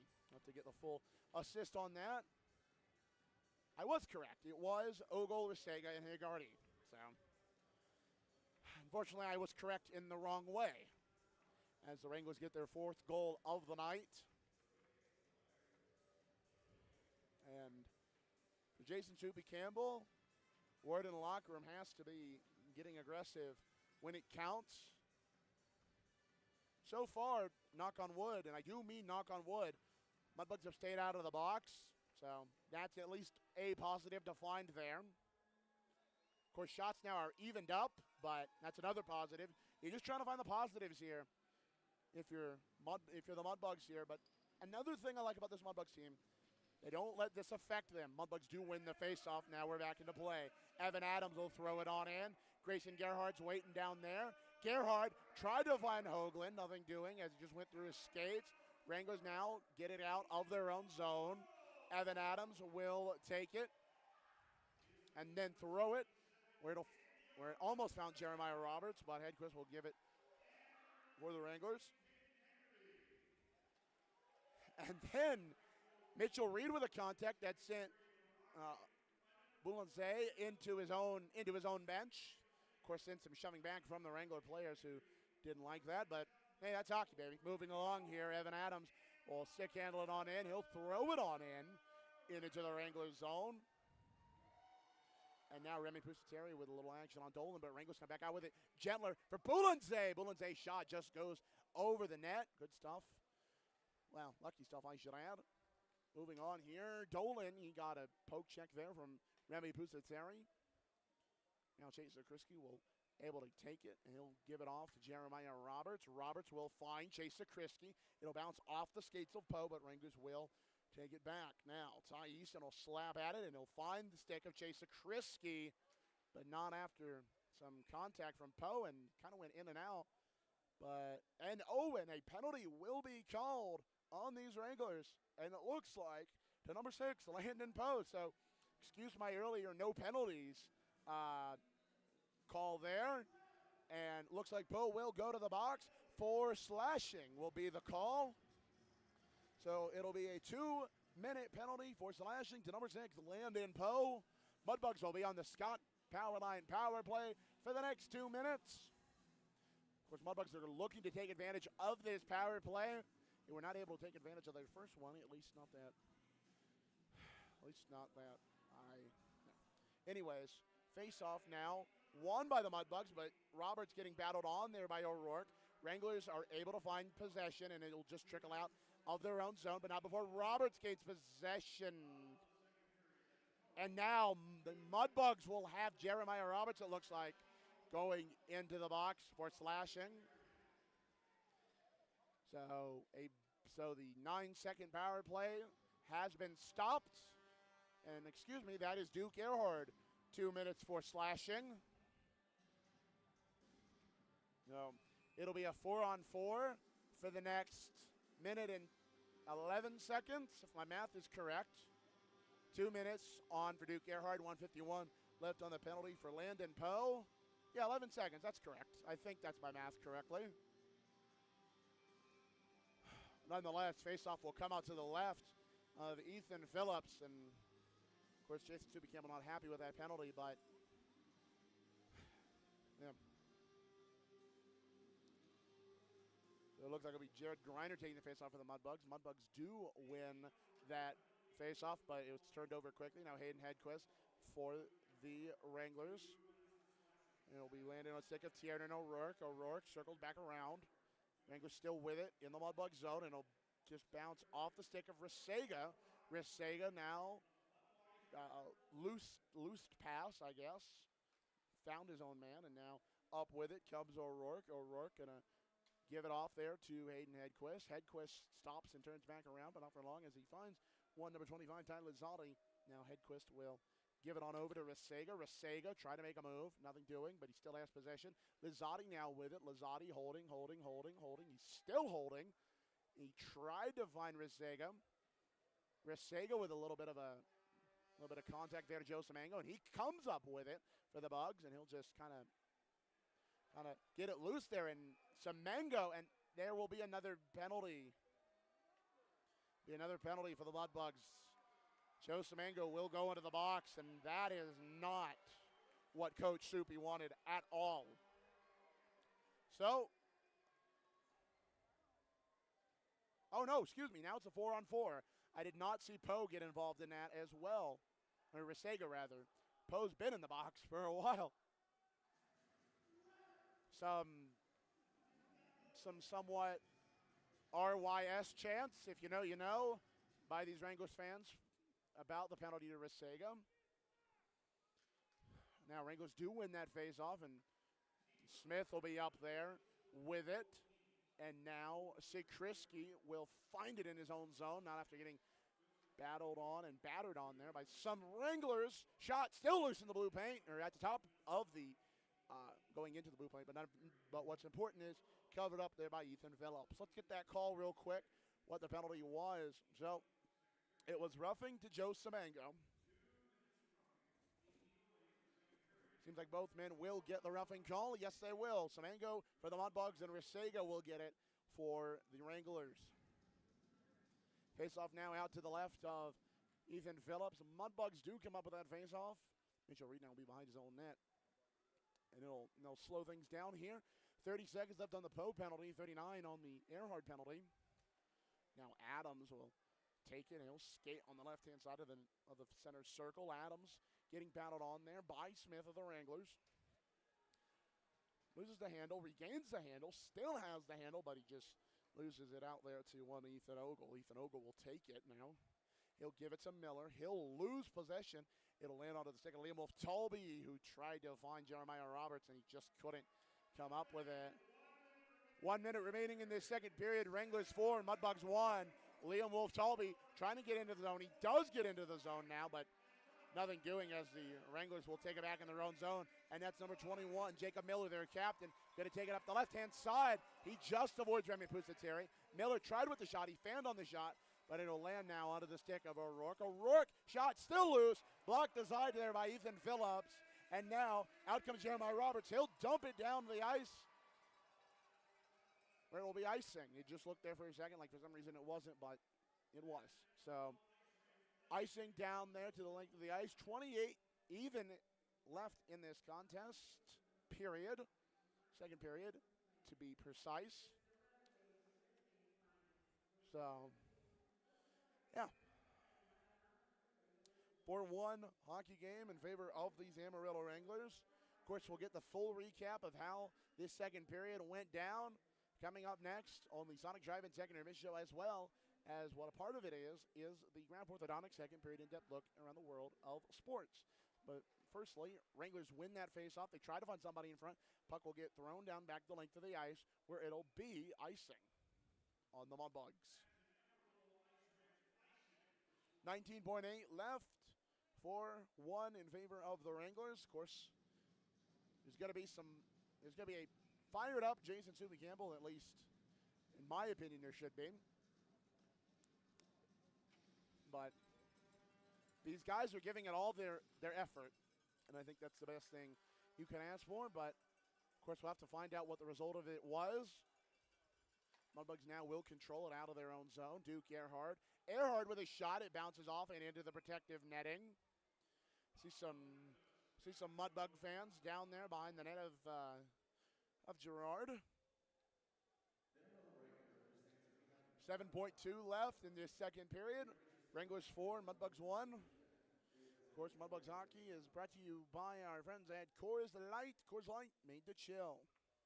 Thank you to Coors Light for sponsoring the Shreveport Mudbugs hockey broadcast and being a loyal corporate partner of the Shreveport Mudbugs. Wranglers now win that faceoff. Smith held up Willie Tremblay there. Some pushing and shoving as this second period comes to a close. A little bit more pushing and shoving up on this left-hand corner.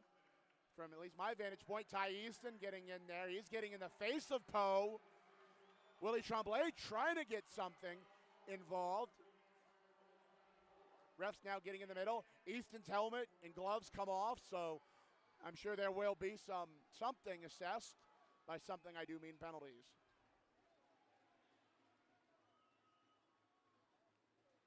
So, yep, wouldn't be a Mudbugs hockey game without at least some pushing and shoving. Now Easton barking and I believe that's number 27. One Cruz Smith. We'll have to find out in a minute. Some stars now being thrown. The foam stars. Ty Easton now barking at the Amarillo bench, and he's just getting kind of ushered out there by the referee. And if I was a predicting man, there'll at least be a penalty called. Interesting hand gesture there by Jeremiah Roberts. Mudbugs still standing at their bench as the Wranglers go off. So we'll have to find out what comes after all this. Coming up a little bit. Sorry, ladies and gentlemen. We'll have to find out what all comes up next. Now some foam stars still being thrown onto the ice towards the Mudbugs. Not a good optic look there, in my opinion. But again, that's just one broadcaster's opinion.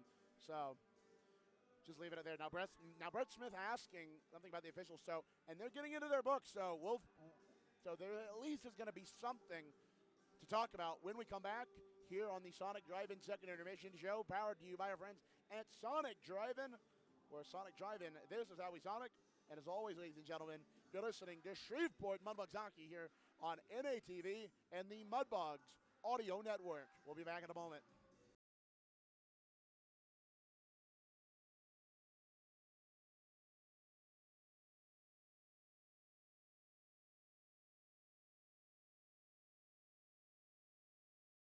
As a business owner, you know it's important to stay ahead of your competition to succeed. One dishonest employee providing poor customer service can send your business to the penalty box. DeFata and Associates has over 20 years of investigative experience that can help you monitor your employees and investigate losses that may be keeping you from reaching your goals. Whether you need GPS tracking, investigative shopping, integrity testing, or you're experiencing losses caused by theft, DeFata and Associates can help. Give them a call at 318-635-9944 or check out their website at defatapi.com for more information.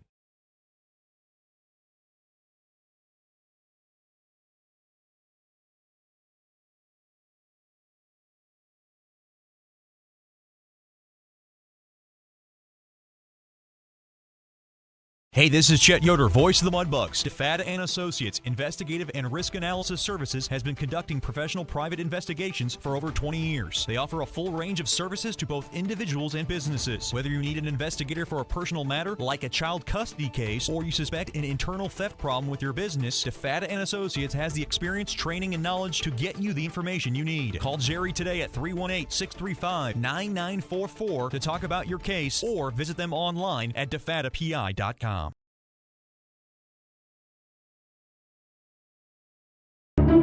For those that have fallen, I say get up. For those that are asleep, I say wake up. For those that are seated, I say rise. It is time. The world needs what we possess. The only hope for a dark world is the light of Jesus Christ. Let your light so shine. Thank you for tuning in to this Word of God Ministries message.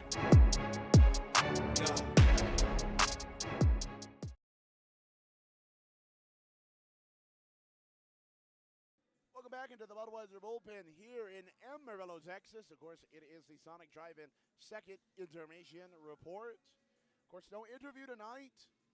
Do want to save some of those for next week, as this Mudbugs roster does have a lot of interesting stories to tell, some of which I was not able to get to the first time I talked to, well, pretty much all of them, actually. So we'll be saving those next week for our time in El Paso. Of course, that game will be next week, and Chet Yoder will be back behind the mic. Okay, so we're finding out the penalties here that happened. All right, so Easton will get the roughing 2-minute minor. William Alexis Tremblay will also get a penalty. We'll find out the call here in a second. For sounds like a game misconduct to Willie Alexis Tremblay. Landon Poe now also getting his name called in terms of penalty for a game misconduct.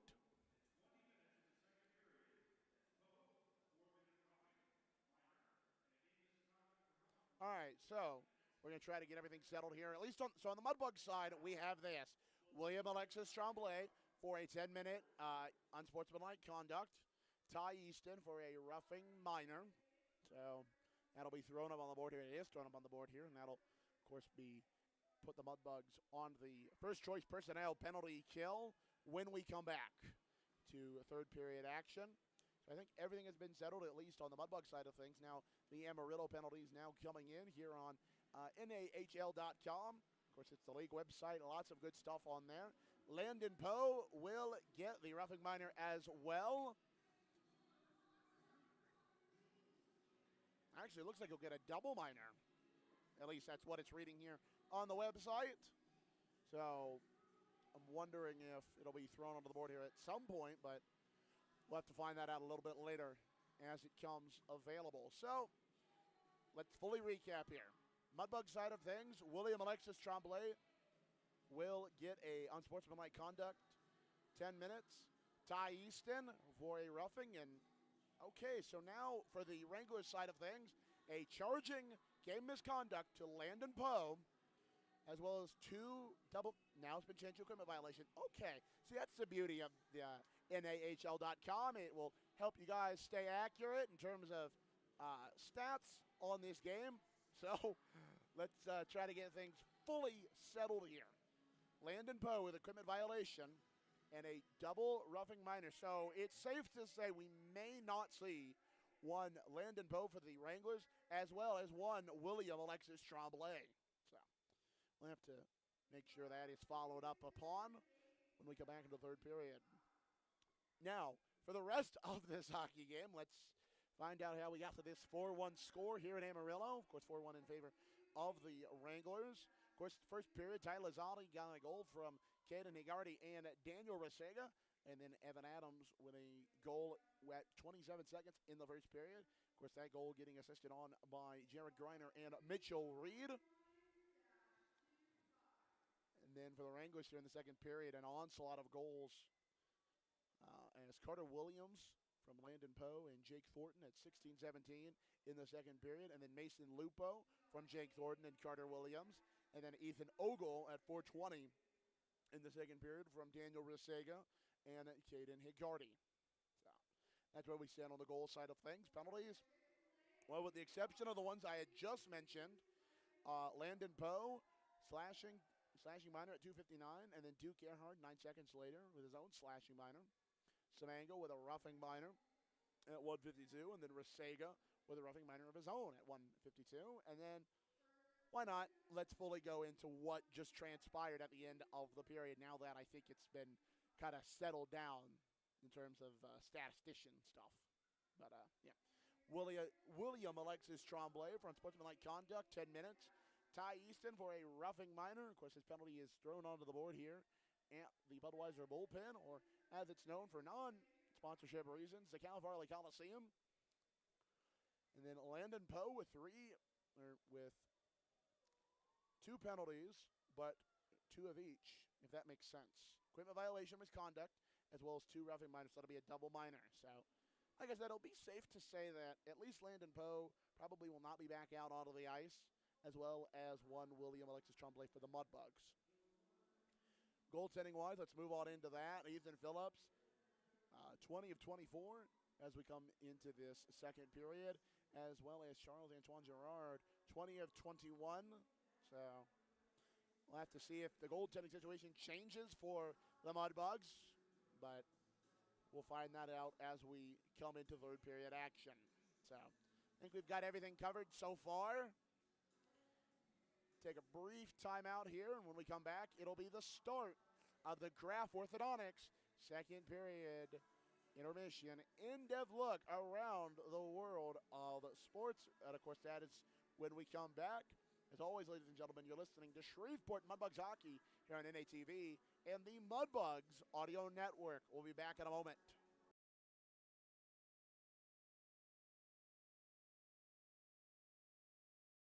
Hey, this is Chet Yoder, voice of the Mudbugs. DeFada and Associates Investigative and Risk Analysis Services has been conducting professional private investigations for over 20 years. They offer a full range of services to both individuals and businesses. Whether you need an investigator for a personal matter like a child custody case or you suspect an internal theft problem with your business, DeFada and Associates has the experience, training, and knowledge to get you the information you need. Call Jerry today at 318-635-9944 to talk about your case or visit them online at defadapi.com.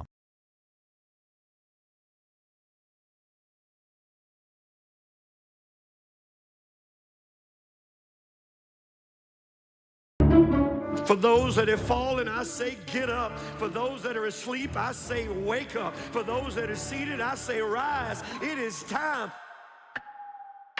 The world needs what we possess. The only hope for a dark world is the light of Jesus Christ. Let your light so shine. Thank you for tuning in to this Word of God Ministries message.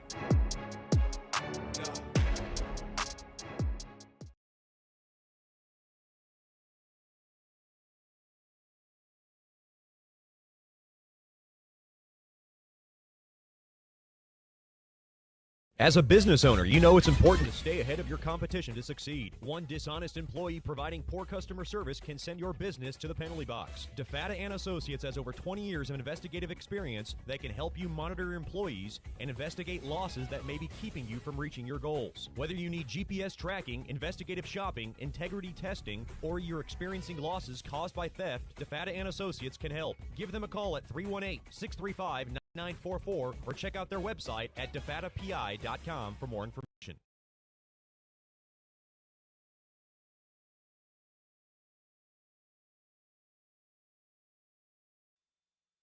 Welcome back into the Budweiser bullpen. Welcome back, ladies and gentlemen.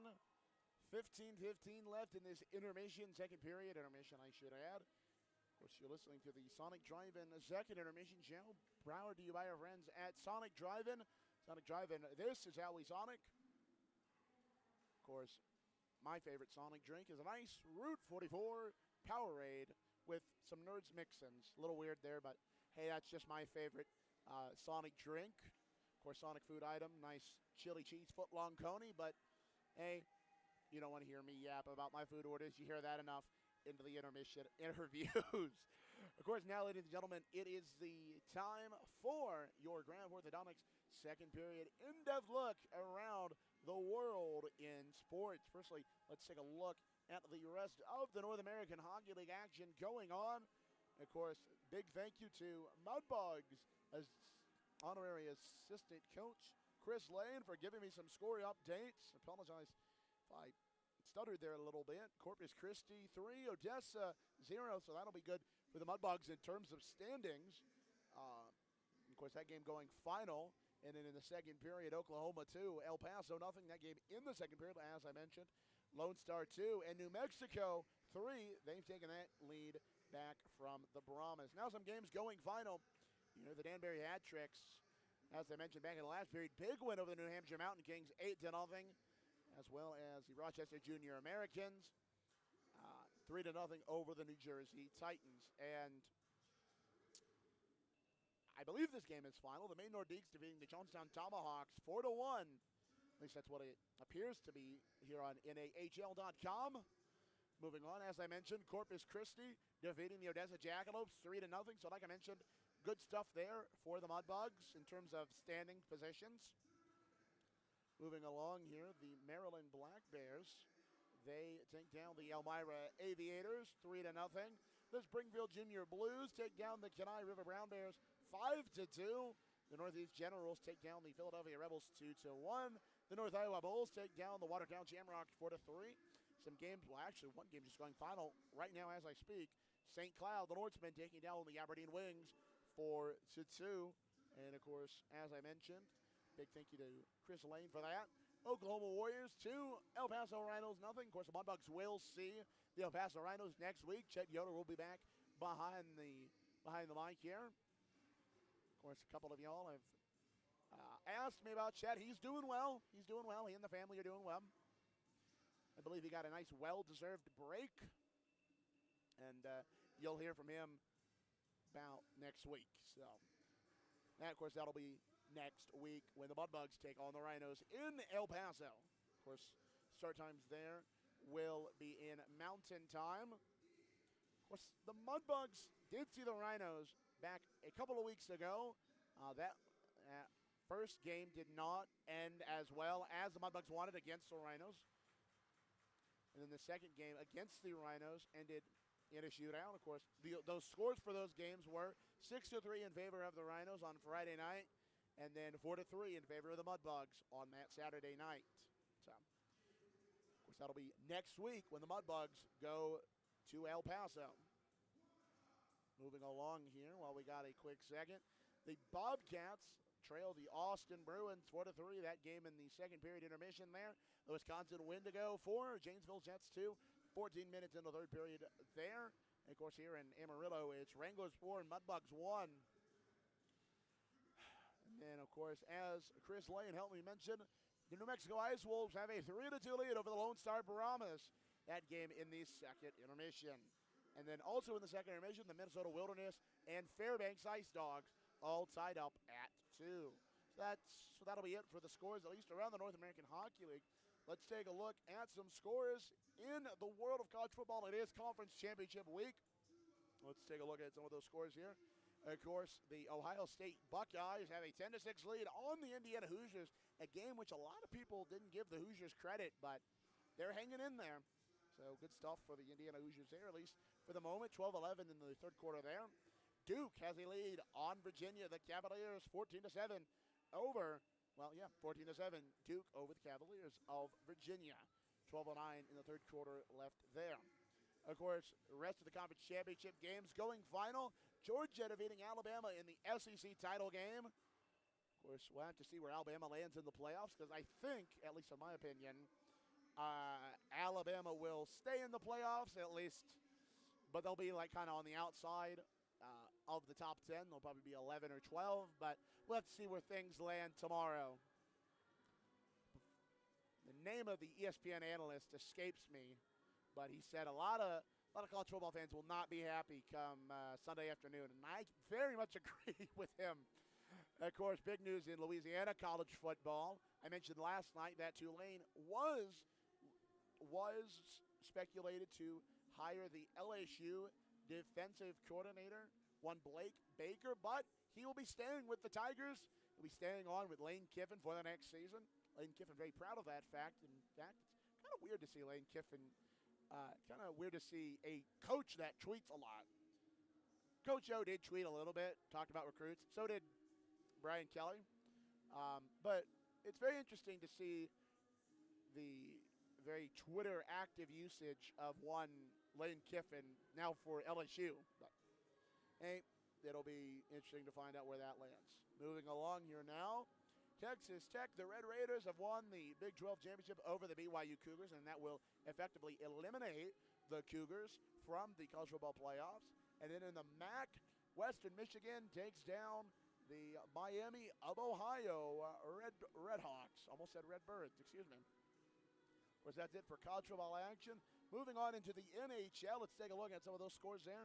The Kings have a 1-0 lead over the Blackhawks. The Oilers have a 1-0 lead also over the Jets. Also, the Minnesota Wild have a 1-0 lead over the Vancouver Canucks. And, of course, 0-0 game between the Red Wings and Kraken. That game just getting underway. Rest of the NHL games have gone final. Boston 4, New Jersey 1, Montreal 2, Toronto 1 in a shootout. St. Louis, the Blues take down the Ottawa Senators 2-1. New York Islanders take down the Lightning 2-0. Moving along here, Predators got them goal on the board, but it was not enough as the Carolina Hurricanes take them down 6-3. The Calgary Flames take down the Utah Mammoths 2-0. The Florida Panthers, as I mentioned last period, intermission 7-6 over the Columbus Blue Jackets. A lot of goals scored there.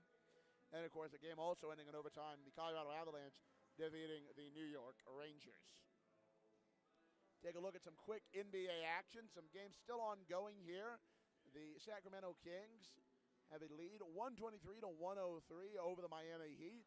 The Minnesota Timberwolves now with the lead over the Los Angeles Clippers, 95-89. The Dallas Mavericks at the end of the third quarter, 94-77 over excuse me, not Joe Mazzulla. That is the head coach of the Boston Celtics. Got my Celtics coach confused there. Ime Udoka's Houston Rockets trail the Dallas Mavericks 94-77. There we go. Of course, NBA games now going final. The Golden State Warriors 99, the Cleveland Cavaliers 94. Detroit, the Pistons, they win their game 124-112 over the Milwaukee Bucks. And then the Atlanta Hawks 131-116 over the Washington Wizards. And of course, the Brooklyn Nets defeating the New Orleans Pelicans 119-101. And I mentioned it last period intermission. The World Cup groups have been drawn. They were drawn last yesterday. They were drawn Friday. Of course, big ceremony at the Kennedy Center. Donald Trump was there, as well as some notable Big Four sport athletes. Wayne Gretzky, Tom Brady, Aaron Judge, and Shaquille O'Neal was on hand for the draw. Of course, Wayne Gretzky had his guffawing of a few countries, but I'm not going to blame him for that.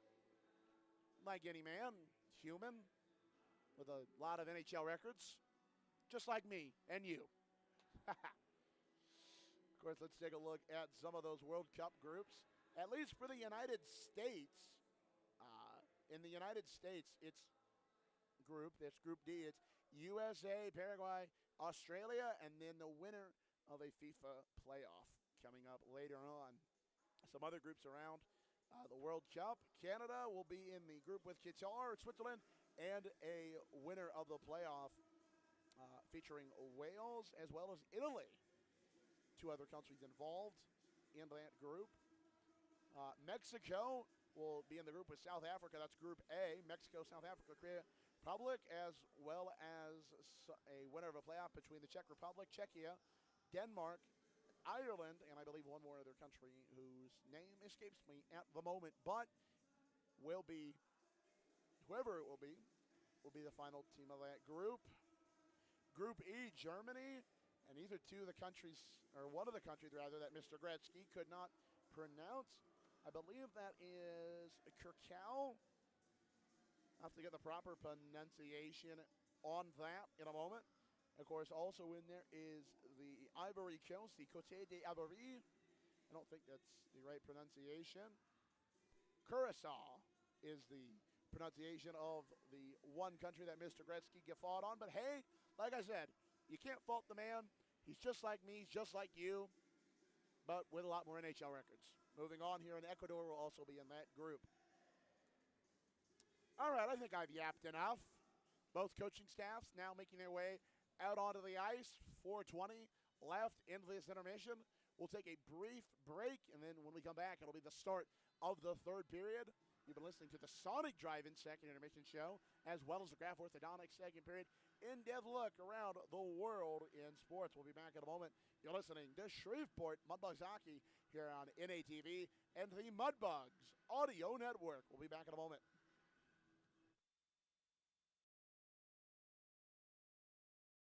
Hey, this is Chet Yoder, voice of the Mudbugs. DeFada and Associates Investigative and Risk Analysis Services has been conducting professional private investigations for over 20 years. They offer a full range of services to both individuals and businesses. Whether you need an investigator for a personal matter like a child custody case or you suspect an internal theft problem with your business, DeFada and Associates has the experience, training, and knowledge to get you the information you need. Call Jerry today at 318-635-9944 to talk about your case or visit them online at defadapi.com.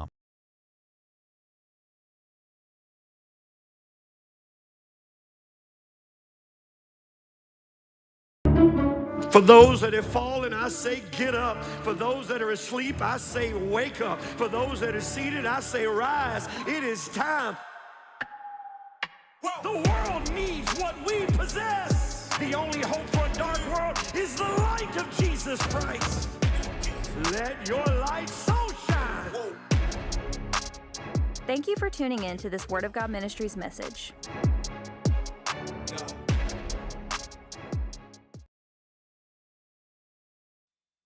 Welcome back inside the bullpen here in Amarillo, Texas. Wranglers 4, Mudbugs 1. Both teams now making their way out onto the ice. And It looks like Ethan Phillips will stay in the net for the Mudbugs. Apologies, ladies and gentlemen. I had a brief brain fart there.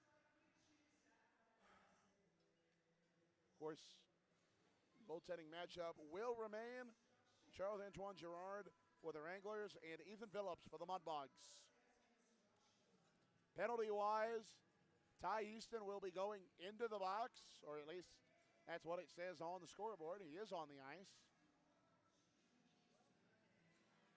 And he will be going into the box, and that call was, at least I yapped about it enough, because, you know, at the end of the period was a very much mess that had to be sorted out behind the scenes, and it did get sorted out behind the scenes. Excuse me, ladies and gentlemen. It's getting to that part of the night where your eyes start to get a little foggy, your throat gets a little hoarse. It's just one of those nights. So, one of those moments of the night anyways. Now, back to the penalty. Ty Easton will go into the box, roughing 2-minute minor. So the Mudbugs will be on to the first choice personnel penalty kill. Of course, brought to you by our friends at First Choice Personnel. Of course, any birthday parties, corporate get-togethers, as well as school trips and any other private events, call George's Pond. Call us at 318-636-7094. That's George's Pond for any of your private events. An interesting hold-up here from the Wranglers discussing game plan while the Mudbugs are just kind of waiting over here. Now they break from the huddle. Of course, ask about our group rates for any future home games this season. As for any group 10 or more, it's $10 a ticket. And call us to book your group at 318-636-7094, or just email our director of ticket sales, Mason Sprott. All right, well, both teams up to their feet now. Evan Hoagland will take the face-off. Lupo will take it for the Wranglers. And Mudbugs, they were able to get a little bit of possession on that face-off, but Wranglers slapped it in. Now the Mudbugs will get the clear possession in their own zone. That'll be Johnny Burnt now. He'll take it from the left-hand side of Ethan Phillips. Now he'll take it through the neutral zone, and then he'll back pass it to Evan Hoagland after he takes a shot.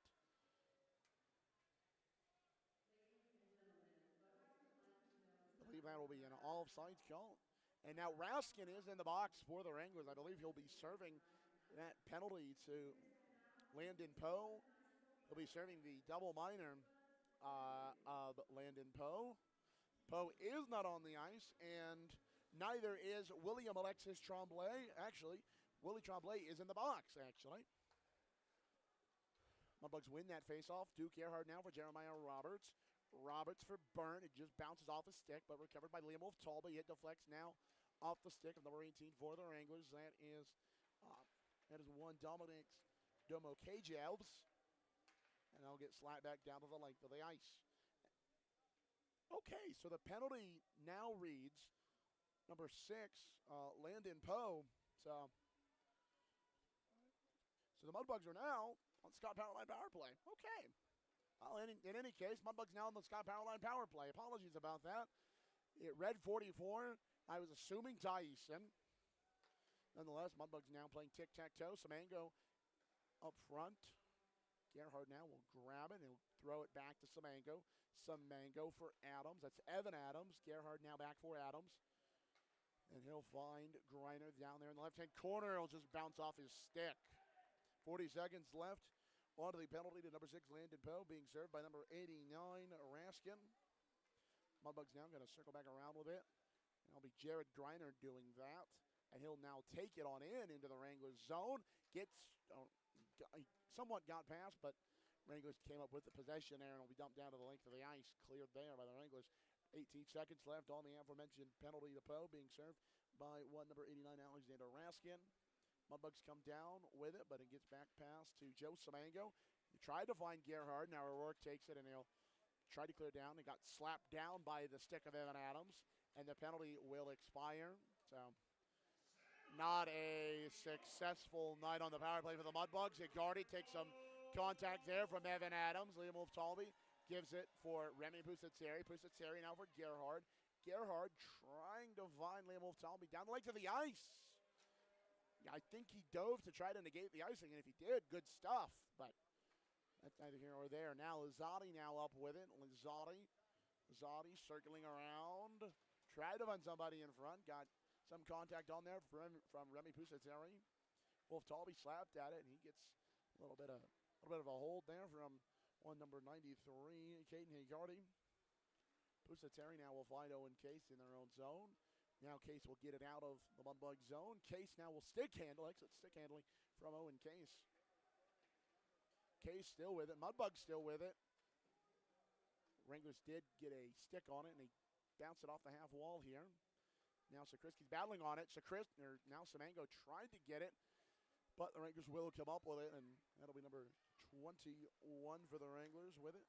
Actually, number 27, excuse me. But Semango nonetheless in with it, and his shot just goes wide. That is 21, Jacob Miller. Big hit there from Mitchell Reed on to Jacob Miller. Good stuff from Mitchell Reed. And now a shot that came from Boulanger. Got tipped off looks like the stick of Chase Sakriski. Now go down to the left-hand corner here. Raskin gets thrown in there by Jason Simons. Mudbugs trying to keep at it, but nothing doing. Boulanger got Miller, but it'll be called offsides anyway, so it'll be called offsides. Ty Easton's out of the box. Gets a little bit of a tap there from Jacob Miller.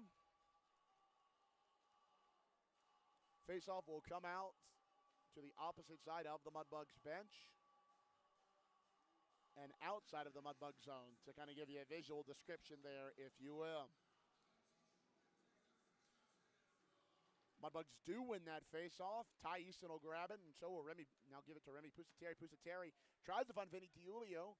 Gabe Lopez Corsi gets a stick on it. Now Vinny DiUlio had a handle on it, lost it, but able to find it back. Grayson Gerhard fans on the shot, and Gentler will get battled on there with Vinny DiUlio now. Mudbugs and Wranglers now getting battled on with one another, if that makes sense. Now the stick of Vinny DiUlio was caught into the equipment of Gentler. Gentler will grab the puck now for the Wranglers and take it behind his own net. He'll throw it up to number 8. That is one Dan O'Doylan, but Mudbugs get it back now. Vinny DiUlio for Gabriel Lopez Corsi, who then will give it to Ty Easton. Ty Easton will throw it off the boards, throw it off the half wall, and kind of land awkwardly and in at the feet, I believe, of a Wrangler. Doolin gets a little push there from Jared Greiner. Jeremiah Roberts backhands it in. It'll go down here to the left-hand side corner. Jasper now with a little bit of a hit there to number 17, Williams. Puck will go down the length of the icing, no icing, of course. Moving along here, now Evan Adams holds it. Well, gets a little bit of a little stick work there from number 19 of the Wranglers. Puck gets loose now, and that's number 39 of the Wranglers. That is Jake Thornton now. Puck will go down the length of the ice. No icing called. Thornton now going to get battled on there by Mitchell Reed. It gets loose, and now the stick of Jasser is caught up in Lupo. But Jared Greiner comes out with it. He's got Jeremiah Roberts. Roberts' shot just gets kind of mixed up there, and I believe that's number 25, Tyler Zotti's stick and bottom half of his equipment. Nonetheless, now Owen Case comes up with it after the interception. Now Case for Wolf-Talby. Wolf-Talby for Burnt. And tried to find Chase Sakriski. It went down the length of the ice, but it got waved off. Mudbugs trying to capitalize on it. Unfortunately, Hayden Hedquist will come up with it for the Wranglers. He'll get thrown out of the Wranglers zone, but Johnny Byrne will slap it right back in. Charles Antoine Gerard will give it off to the aforementioned Hayden Hedquist. Hedquist gives it off for Tiernan O'Rourke. O'Rourke will slap it down to the other side.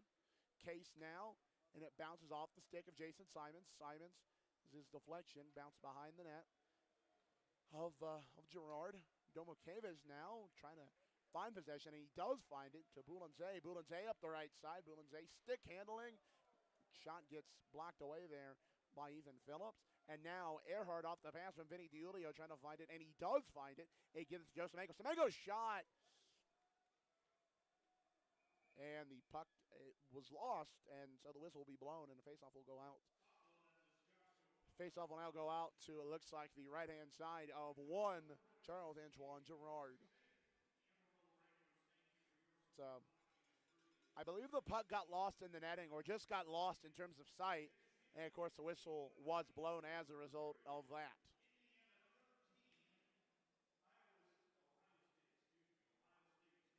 Indiana has taken a big lead, 13-10. Well, not a big lead, but 13-10, and big in terms of status there. Mudbugs win that faceoff. Pusateri for Ty Easton. Puck still loose. Semango tried to find a rebound. Semango still trying to find it. Gets it through the legs of Smith.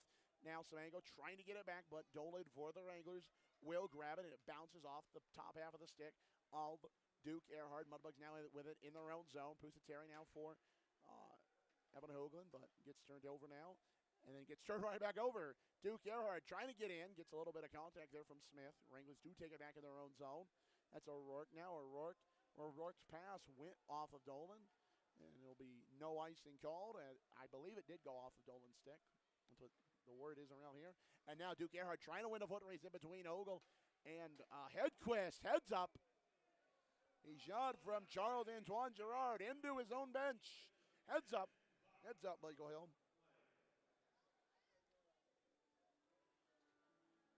So the faceoff will now come out to the right-hand side of the aforementioned Charles Antoine Girard. Of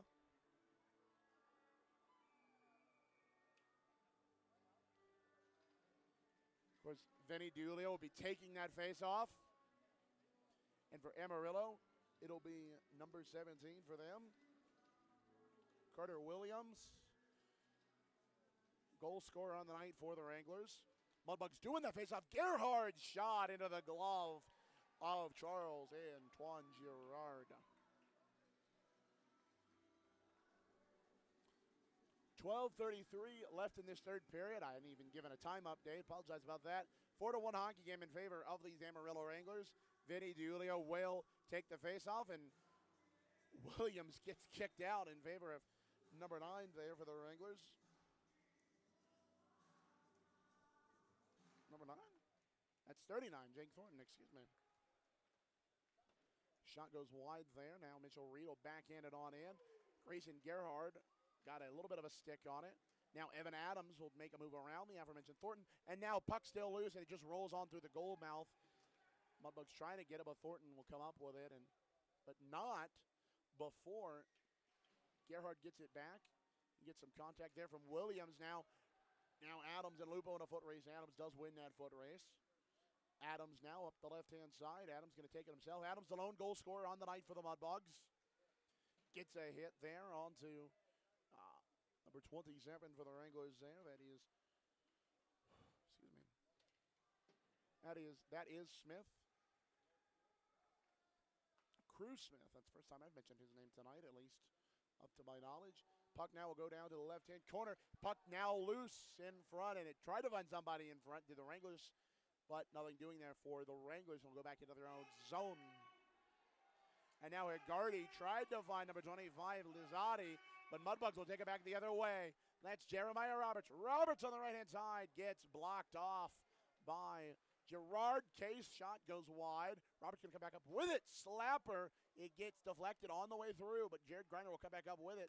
Gives it off to Owen Case, who then gives it right back to Jared Griner. Try to find somebody in front. Johnny Burnt will not be able to keep it in for the Mudbugs.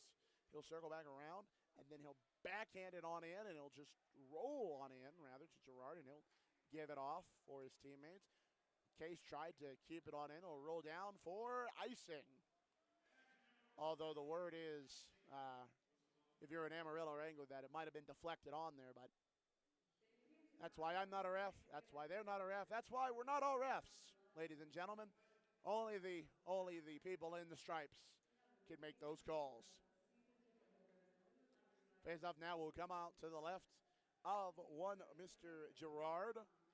Mudbugs do win that face-off. Easton with a slapper and just into the glove of Girard. We'll go to a brief timeout here in Amarillo. 10:47 left in this hockey game. Of course, this third period tonight is brought to you by our friends at Delta Utilities. Of course, no one's below. Call 811 to locate any buried utilities at least 2 days before digging, before any project. Once again, that's 811 for them to locate any buried utilities at least 2 days before digging for any project you might have. Wranglers 4, Mudbugs 1. We'll be back in a moment. You're listening to Shreveport Mudbugs Hockey here on NATV and the Mudbugs Audio Network. We'll be back in a moment.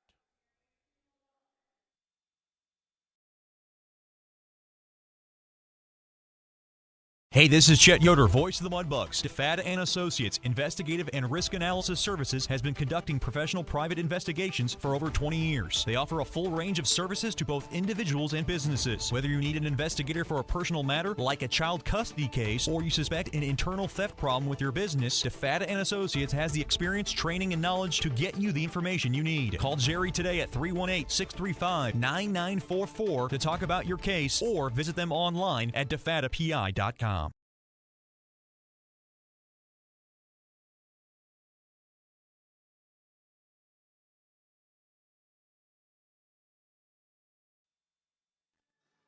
Welcome back to the bullpen here in Amarillo, Texas. Wranglers 4, Mudbugs 1.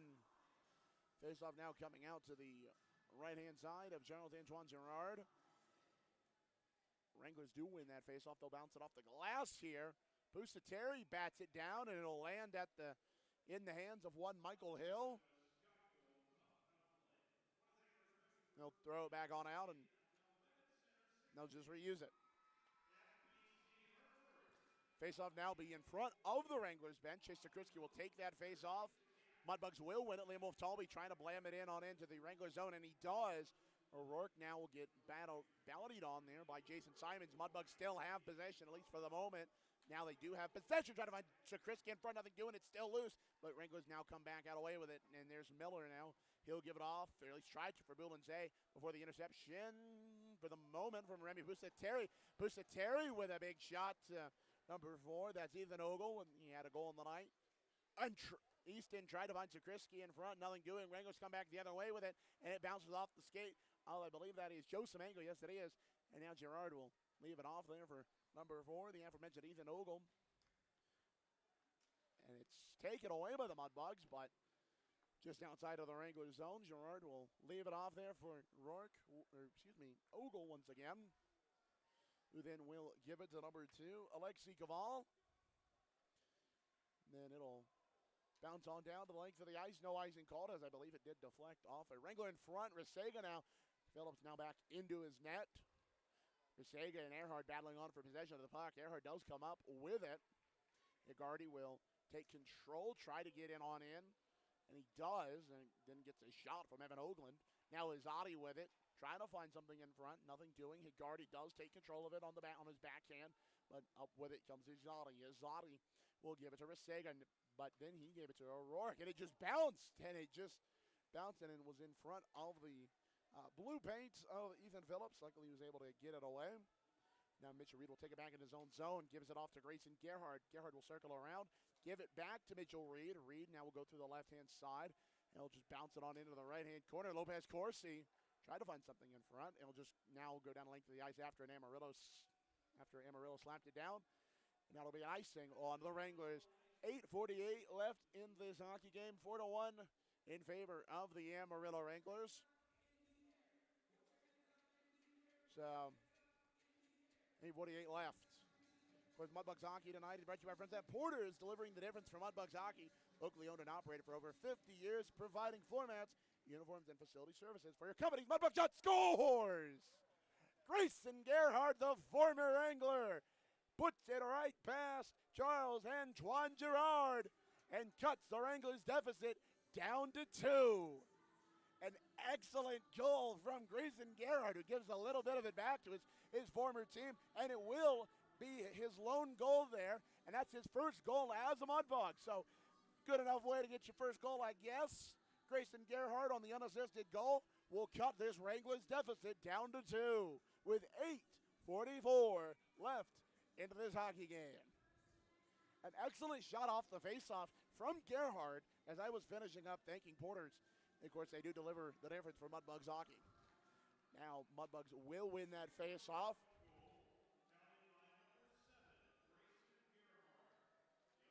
Gerhardt getting the adulation of his former fans here in Amarillo. So, nonetheless, O'Rourke and Raskin was in front. He deflected off his stick and then blocked away there. But Griner now, Mudbugs. They were coming in hot, but stopped by the so unfortunate timing of offsides.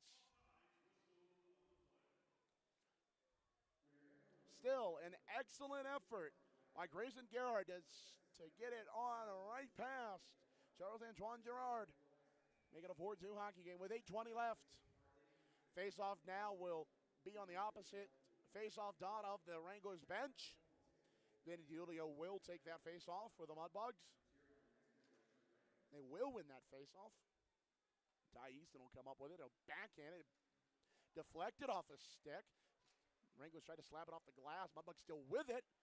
Vinny DiUlio slapped it and just kind of pinballed and rolled on into the glove, covered up there by Charles-Antoine Girard. That was an interesting little sequence, but nonetheless, it gets on the glove covered up of Girard. Now the faceoff will be to the left side of Mr. Girard. Wranglers going to get a personnel change. Mudbugs will keep their skaters out. Vinny DiUlio will take that faceoff, and so will number 21, Jacob Miller. False start on the faceoff. Nobody kicked out. Now Mudbugs trying to gain possession of that faceoff. They do. That's Remy Pusateri. Pusateri backhands it off the glass, and then Hedquist will come up with it for the Wranglers, and now Miller will give it off to number 89 for the Wranglers. That's Alexander Raskin. Mudbugs do get it back in the neutral zone. And Gerhard, the Mudbugs' second goal scorer of the night, will give it to Ty Easton in his own zone. Easton now will take it. He'll bounce, or no, he found Jason Simons down there. Simon gets a little push there from O'Rourke. That's number 5, Tiernan O'Rourke. Adams now there battling on with Raskin. Mudbugs will take it from their own zone. That's Leo Wolf-Talby going to stick handle it through the Wranglers. But he got his pocket picked by Jacob Miller. He'll slap it back on down into the Mudbug zone where Mitchell Reed will give it off to Liam Wolf-Talby. It'll bounce off an Amarillo man, and it will not be icing. The icing will be negated. And now Wranglers, excellent opportunity for the Wranglers. Higardi, and it's covered up by the legs of Ethan Phillips. Good stuff there off the shot from Risega for Ethan Phillips to cover it up with his legs. And I do mean his legs, like he just closed his legs. Make the save. Sorry, I had a brain fart there, ladies and gentlemen. That does happen from time to time, and time to time to time. 7:03 left in this third period. Wranglers 4, Mudbugs 2. Off the goal from Grayson Gerhard. Higardi, backhand, they score.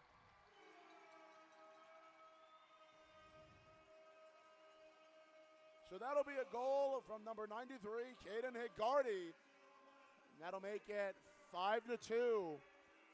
Favor the Wranglers.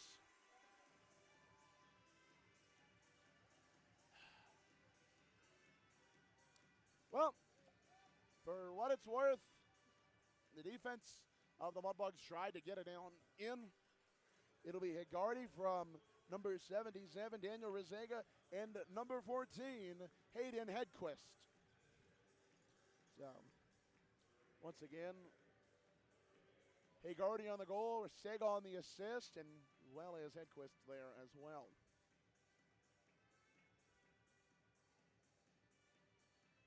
.6:56 left in this third period. Wranglers now 5, Mudbugs 2.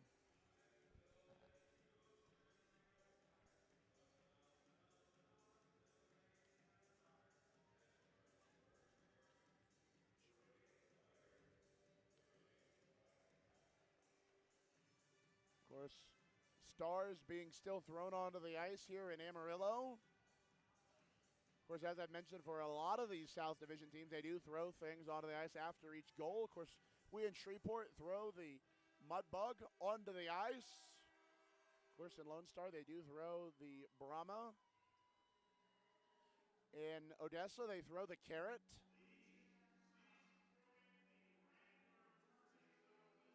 So, a lot lot of stuff being collected now off the ice. So, yeah, that's kind of where we're at, ladies and gentlemen. But shots are 27-26, so it's not like the effort isn't still there, and stuff still being thrown onto the ice now. Almost hit Jeremiah Roberts. I might have hit him in the back of the head, like just bounced and just kind of hit him softly in the head. Like not a full, but. And now Lizotti will take the faceoff for the Wranglers. And so will Jared Greiner for the Mudbugs. 5-2 hockey game, 6:56 left.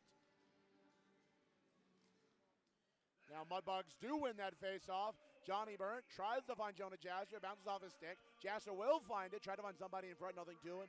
Jared Greiner, somebody calling for it. That was Owen Case calling for it, but the Wranglers now come out with it. That's Izzotti. Now Resega, he gets called for offsides.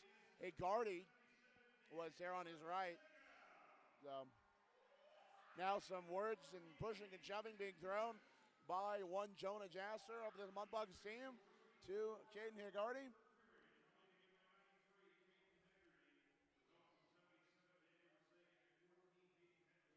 6:40 left in this third period. Like I mentioned, shots are 27-26 in favor of the Wranglers. So like I said, it's not like the effort isn't there. It is, but unfortunately the scoreboard tells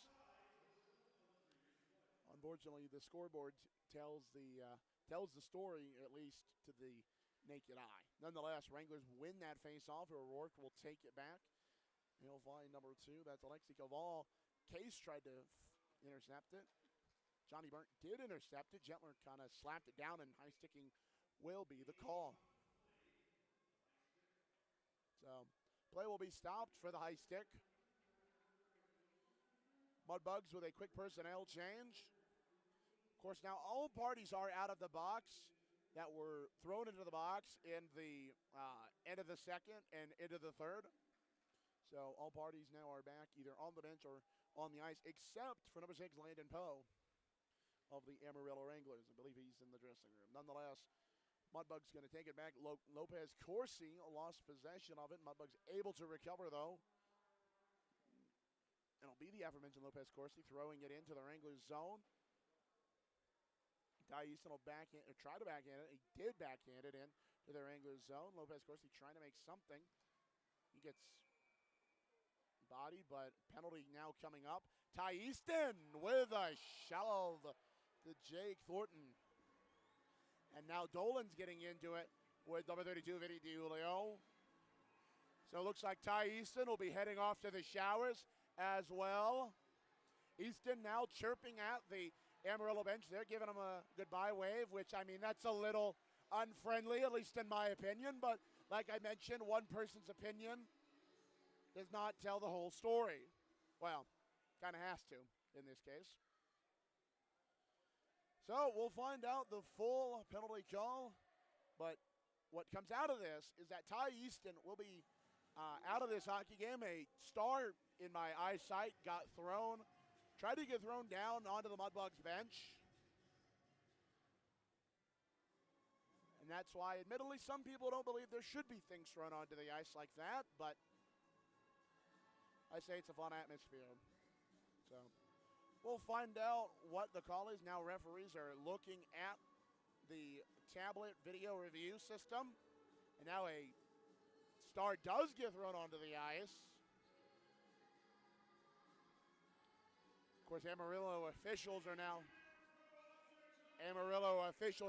trying to determine what's going on, and Amarillo officials are also asking this crowd to please not throw any more things onto the ice unless it's a Wranglers goal.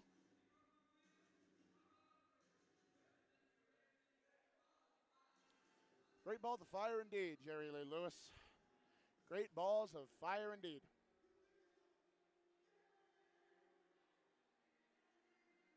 Not gonna lie, I love Lincoln Park, but you really shouldn't have turned it from Jerry Lee Lewis.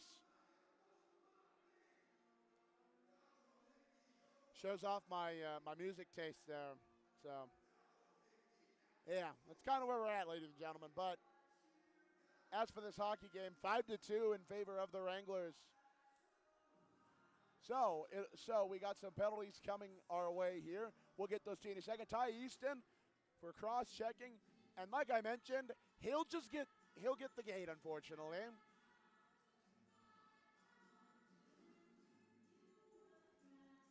So that's kind of where we're at here. Ty Easton for cross-checking. And he got thrown down the tunnel to my left. Of course, now Ty Easton's number will be thrown onto the board. 5 minutes for that major.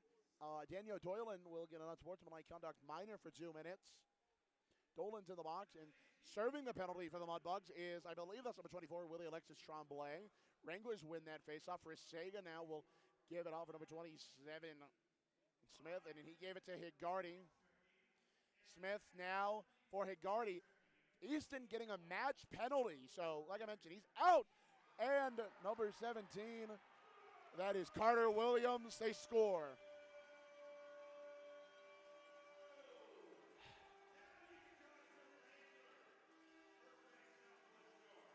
Bit of an insult to injury there from the Wranglers PA announcer, but I get it. Not really, but like I said, this is kind of where we're at right now. 6-2 off the goal from one Carter Williams. The assist will come from number 27, Cruz Smith, and number 93, Caden Higarty. So 6-2 is your score with 5:37 left in this hockey game. Of course, 4:39 still left in the penalty to Ty Easton, or at least the penalty that's thrown on the board anyways. William Alexis Tremblay serving that penalty for in favor of Ty Easton.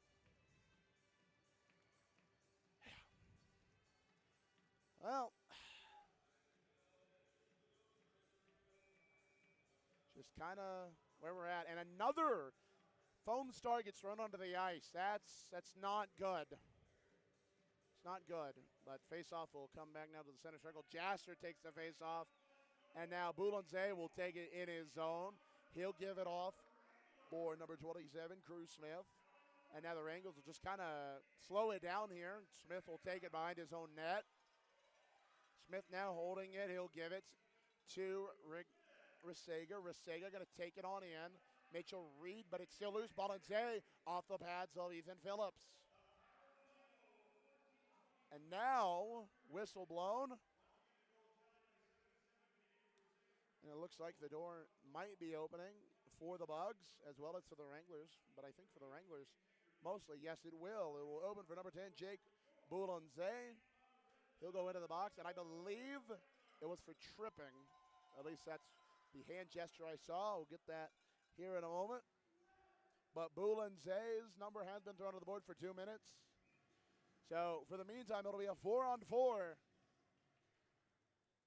It'll be a 4-on-4 between these two teams for the next, do some math here, 2 minutes and 12 seconds. Why not?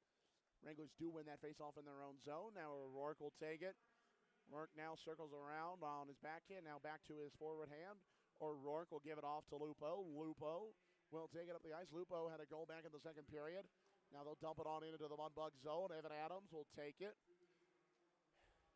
Adams, and they'll just get called for offsides as Liam Wolf-Talby was unfortunately into the zone before Evan Adams could get in there. So, yeah. So the call for Boulanger is tripping. 2 minutes on the board. 1:39 left in that penalty. 4:49 left in this hockey game. Wranglers do win that face-off. It was opposite side of their bench and out of their zone. And now it'll be number 5, Tiernan O'Rourke. He'll give it off to number 11 there. Alton's Gentler, and the Mudbugs will take another penalty here. And it'll be Vinny DiUlio just getting shown the door. Okay, to me it seems like the refs are just sending people home early. And, well, yeah, that's kind of where we're at. Meanwhile, down in the box, Evan Adams will be going on in there. I'll have to find out the call here in a minute, but what is important is Vinny DiUlio is out of this hockey game.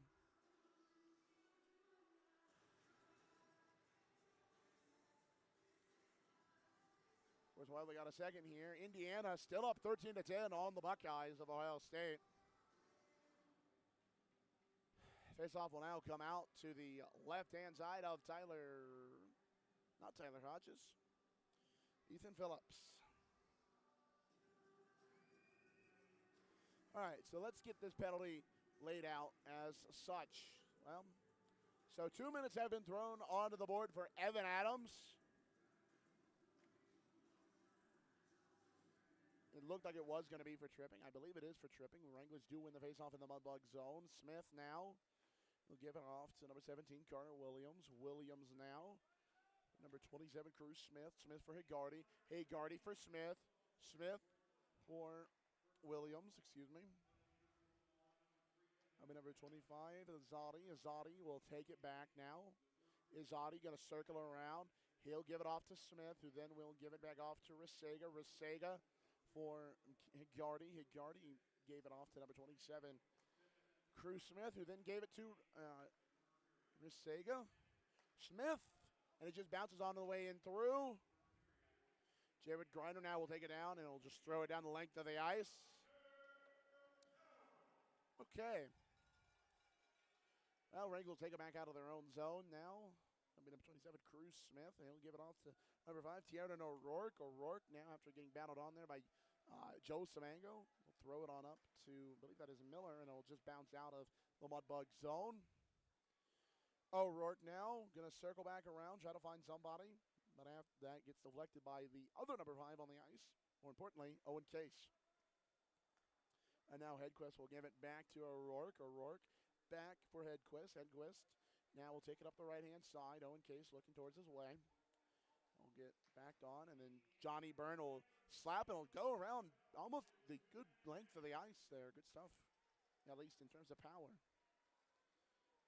Gentler now for Miller. Miller will lose possession, and Johnny Byrne will come up with it. A bit of a slash there from Sukalis, but we play on. Duke Earhart with possession for the Mudbugs, and he'll just give it on out to Remy Pusateri out of the Wranglers zone, and they'll just kind of slow things down. They still are on the penalty kill. 5 seconds left onto that Adams. Now 4 seconds on that Evan Adams penalty. Okay, so now we've got it settled here. Evan Adams, 2 minutes for a head contact penalty, and Joe Samango actually got the door. Joe Samango? He's still on the ice. I believe they did mean Vinny DiUlio. They just got the numbers wrong, and that will happen. So just to reassure anybody, Joe Samango is still on the ice. Vinny DiUlio is off to the showers. So Resega now will give it off to Smith. Smith gets shoved on there by Jasser, and Izadi's shot got blocked away there by Ethan Phillips. Phillips with a bit of a shove there. Smith, and he gets his stick, and the shot from Izadi gets blocked away by Ethan Phillips. Now holding down here on the left-hand boards. Jonah Jasser will try to take it out, and he will, and we'll have Liam Wolf-Talby in tow. Tried to find Liam Wolf-Talby, got blocked off by a Wrangler there. Now the Wranglers do come back the other way with it. It's 2-on-2, and there is Resega now. Resega with Owen Case battling, and big hit from Jonah Jasser onto Caden Higardi. Wranglers still with it, and he just bounces out of the Mudbug zone. Lizotti now, Lizotti. Big hit on there from Jonah Jasser onto Lizotti. Lizotti's kind of chirping him, and that'll be a penalty. Probably on Jonah Jasser, it will be. Jasser kind of knew it, so he'll just head off to the box. 1:38 left in this third period. Wranglers 6, Mudbugs 2. And for those of you still following, Ty Easton's penalty, 40 seconds left. Jasser will get into the box now. It'll be for a cross-check. 2 minutes for cross-check is Jonah Jasser sitting in the box. Miller now will take the face-off for the Wranglers. Wolf-Talby for the Mudbugs, and Bugs do win that face-off. Owen Case fanned on it. Now the Wranglers do have it back in the Mudbug zone. O'Rourke now gets the pass from number 14 there. That's Hedquist. Wranglers now going to play tic-tac-toe with 1:23 left. Hedquist just kind of moving it kind of slowly. Hedquist handles, gives it off to number 8 there, Daniel Dolan, Back in there from Johnny Burnt. O'Rourke now over to number 11. He shoots. They score. Alphonse Gentler will make this a 7-2 hockey game. And that'll be a power play goal for the Wranglers.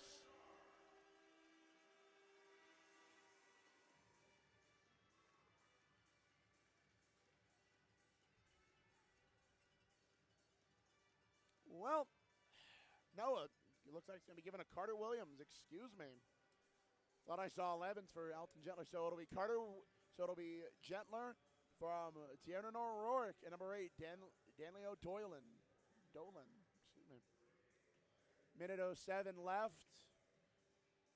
Willie Tremblay still in the box there.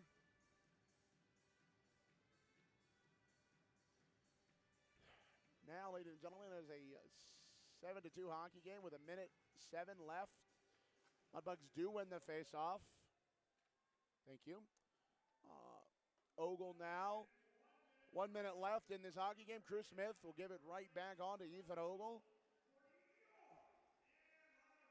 Evan Adams will take it behind his own net and try to give it off to Gabriel Lopez Corsi. Thornton now will give it off to Cruz Smith. Smith now for Lupo.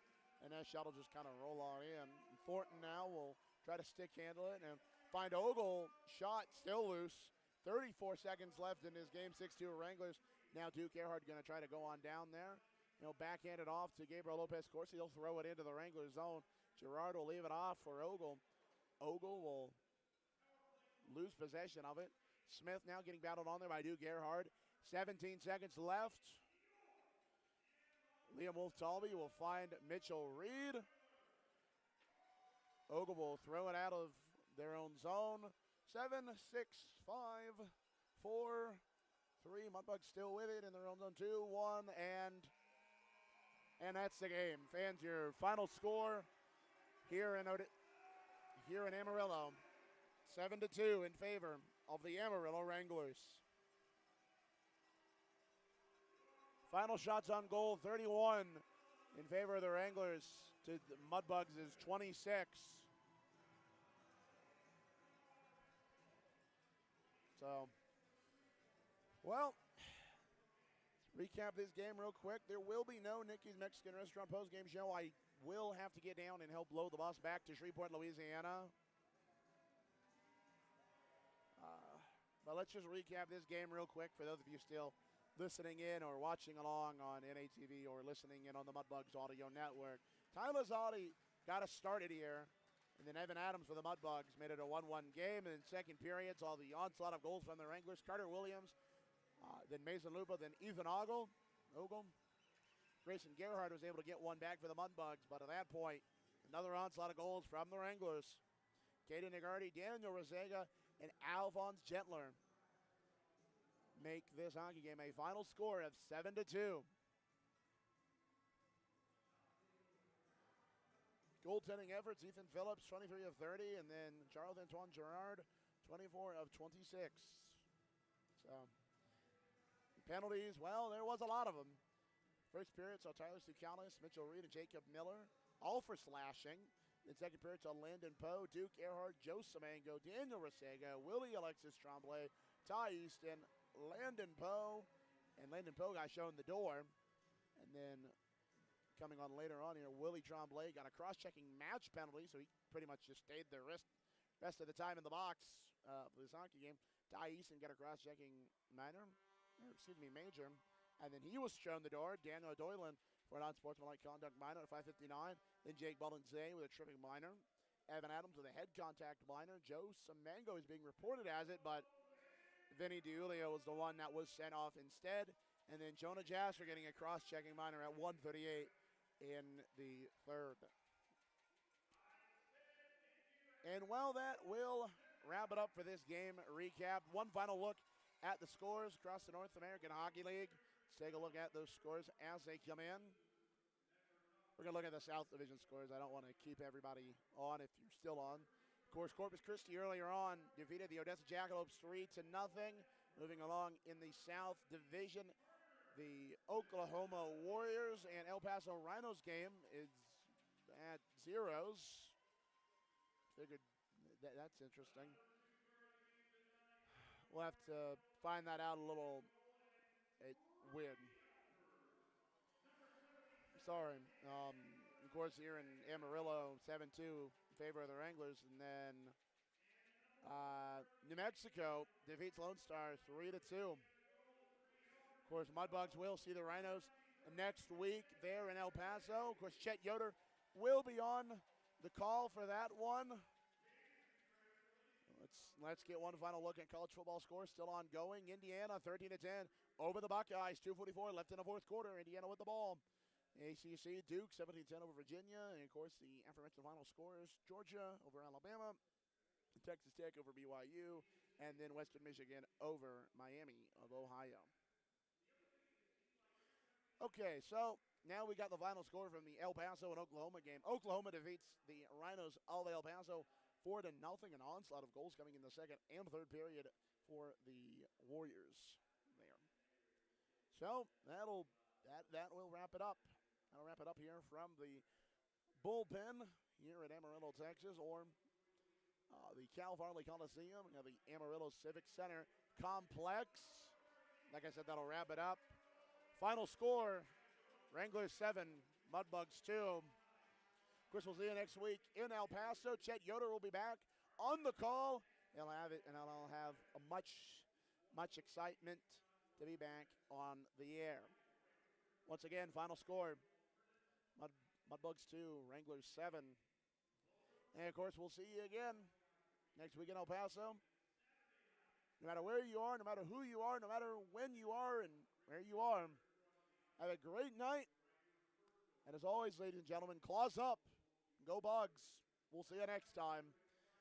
You've been listening to Shreveport Mudbugs Hockey here on NATV and the Mudbugs Audio Network.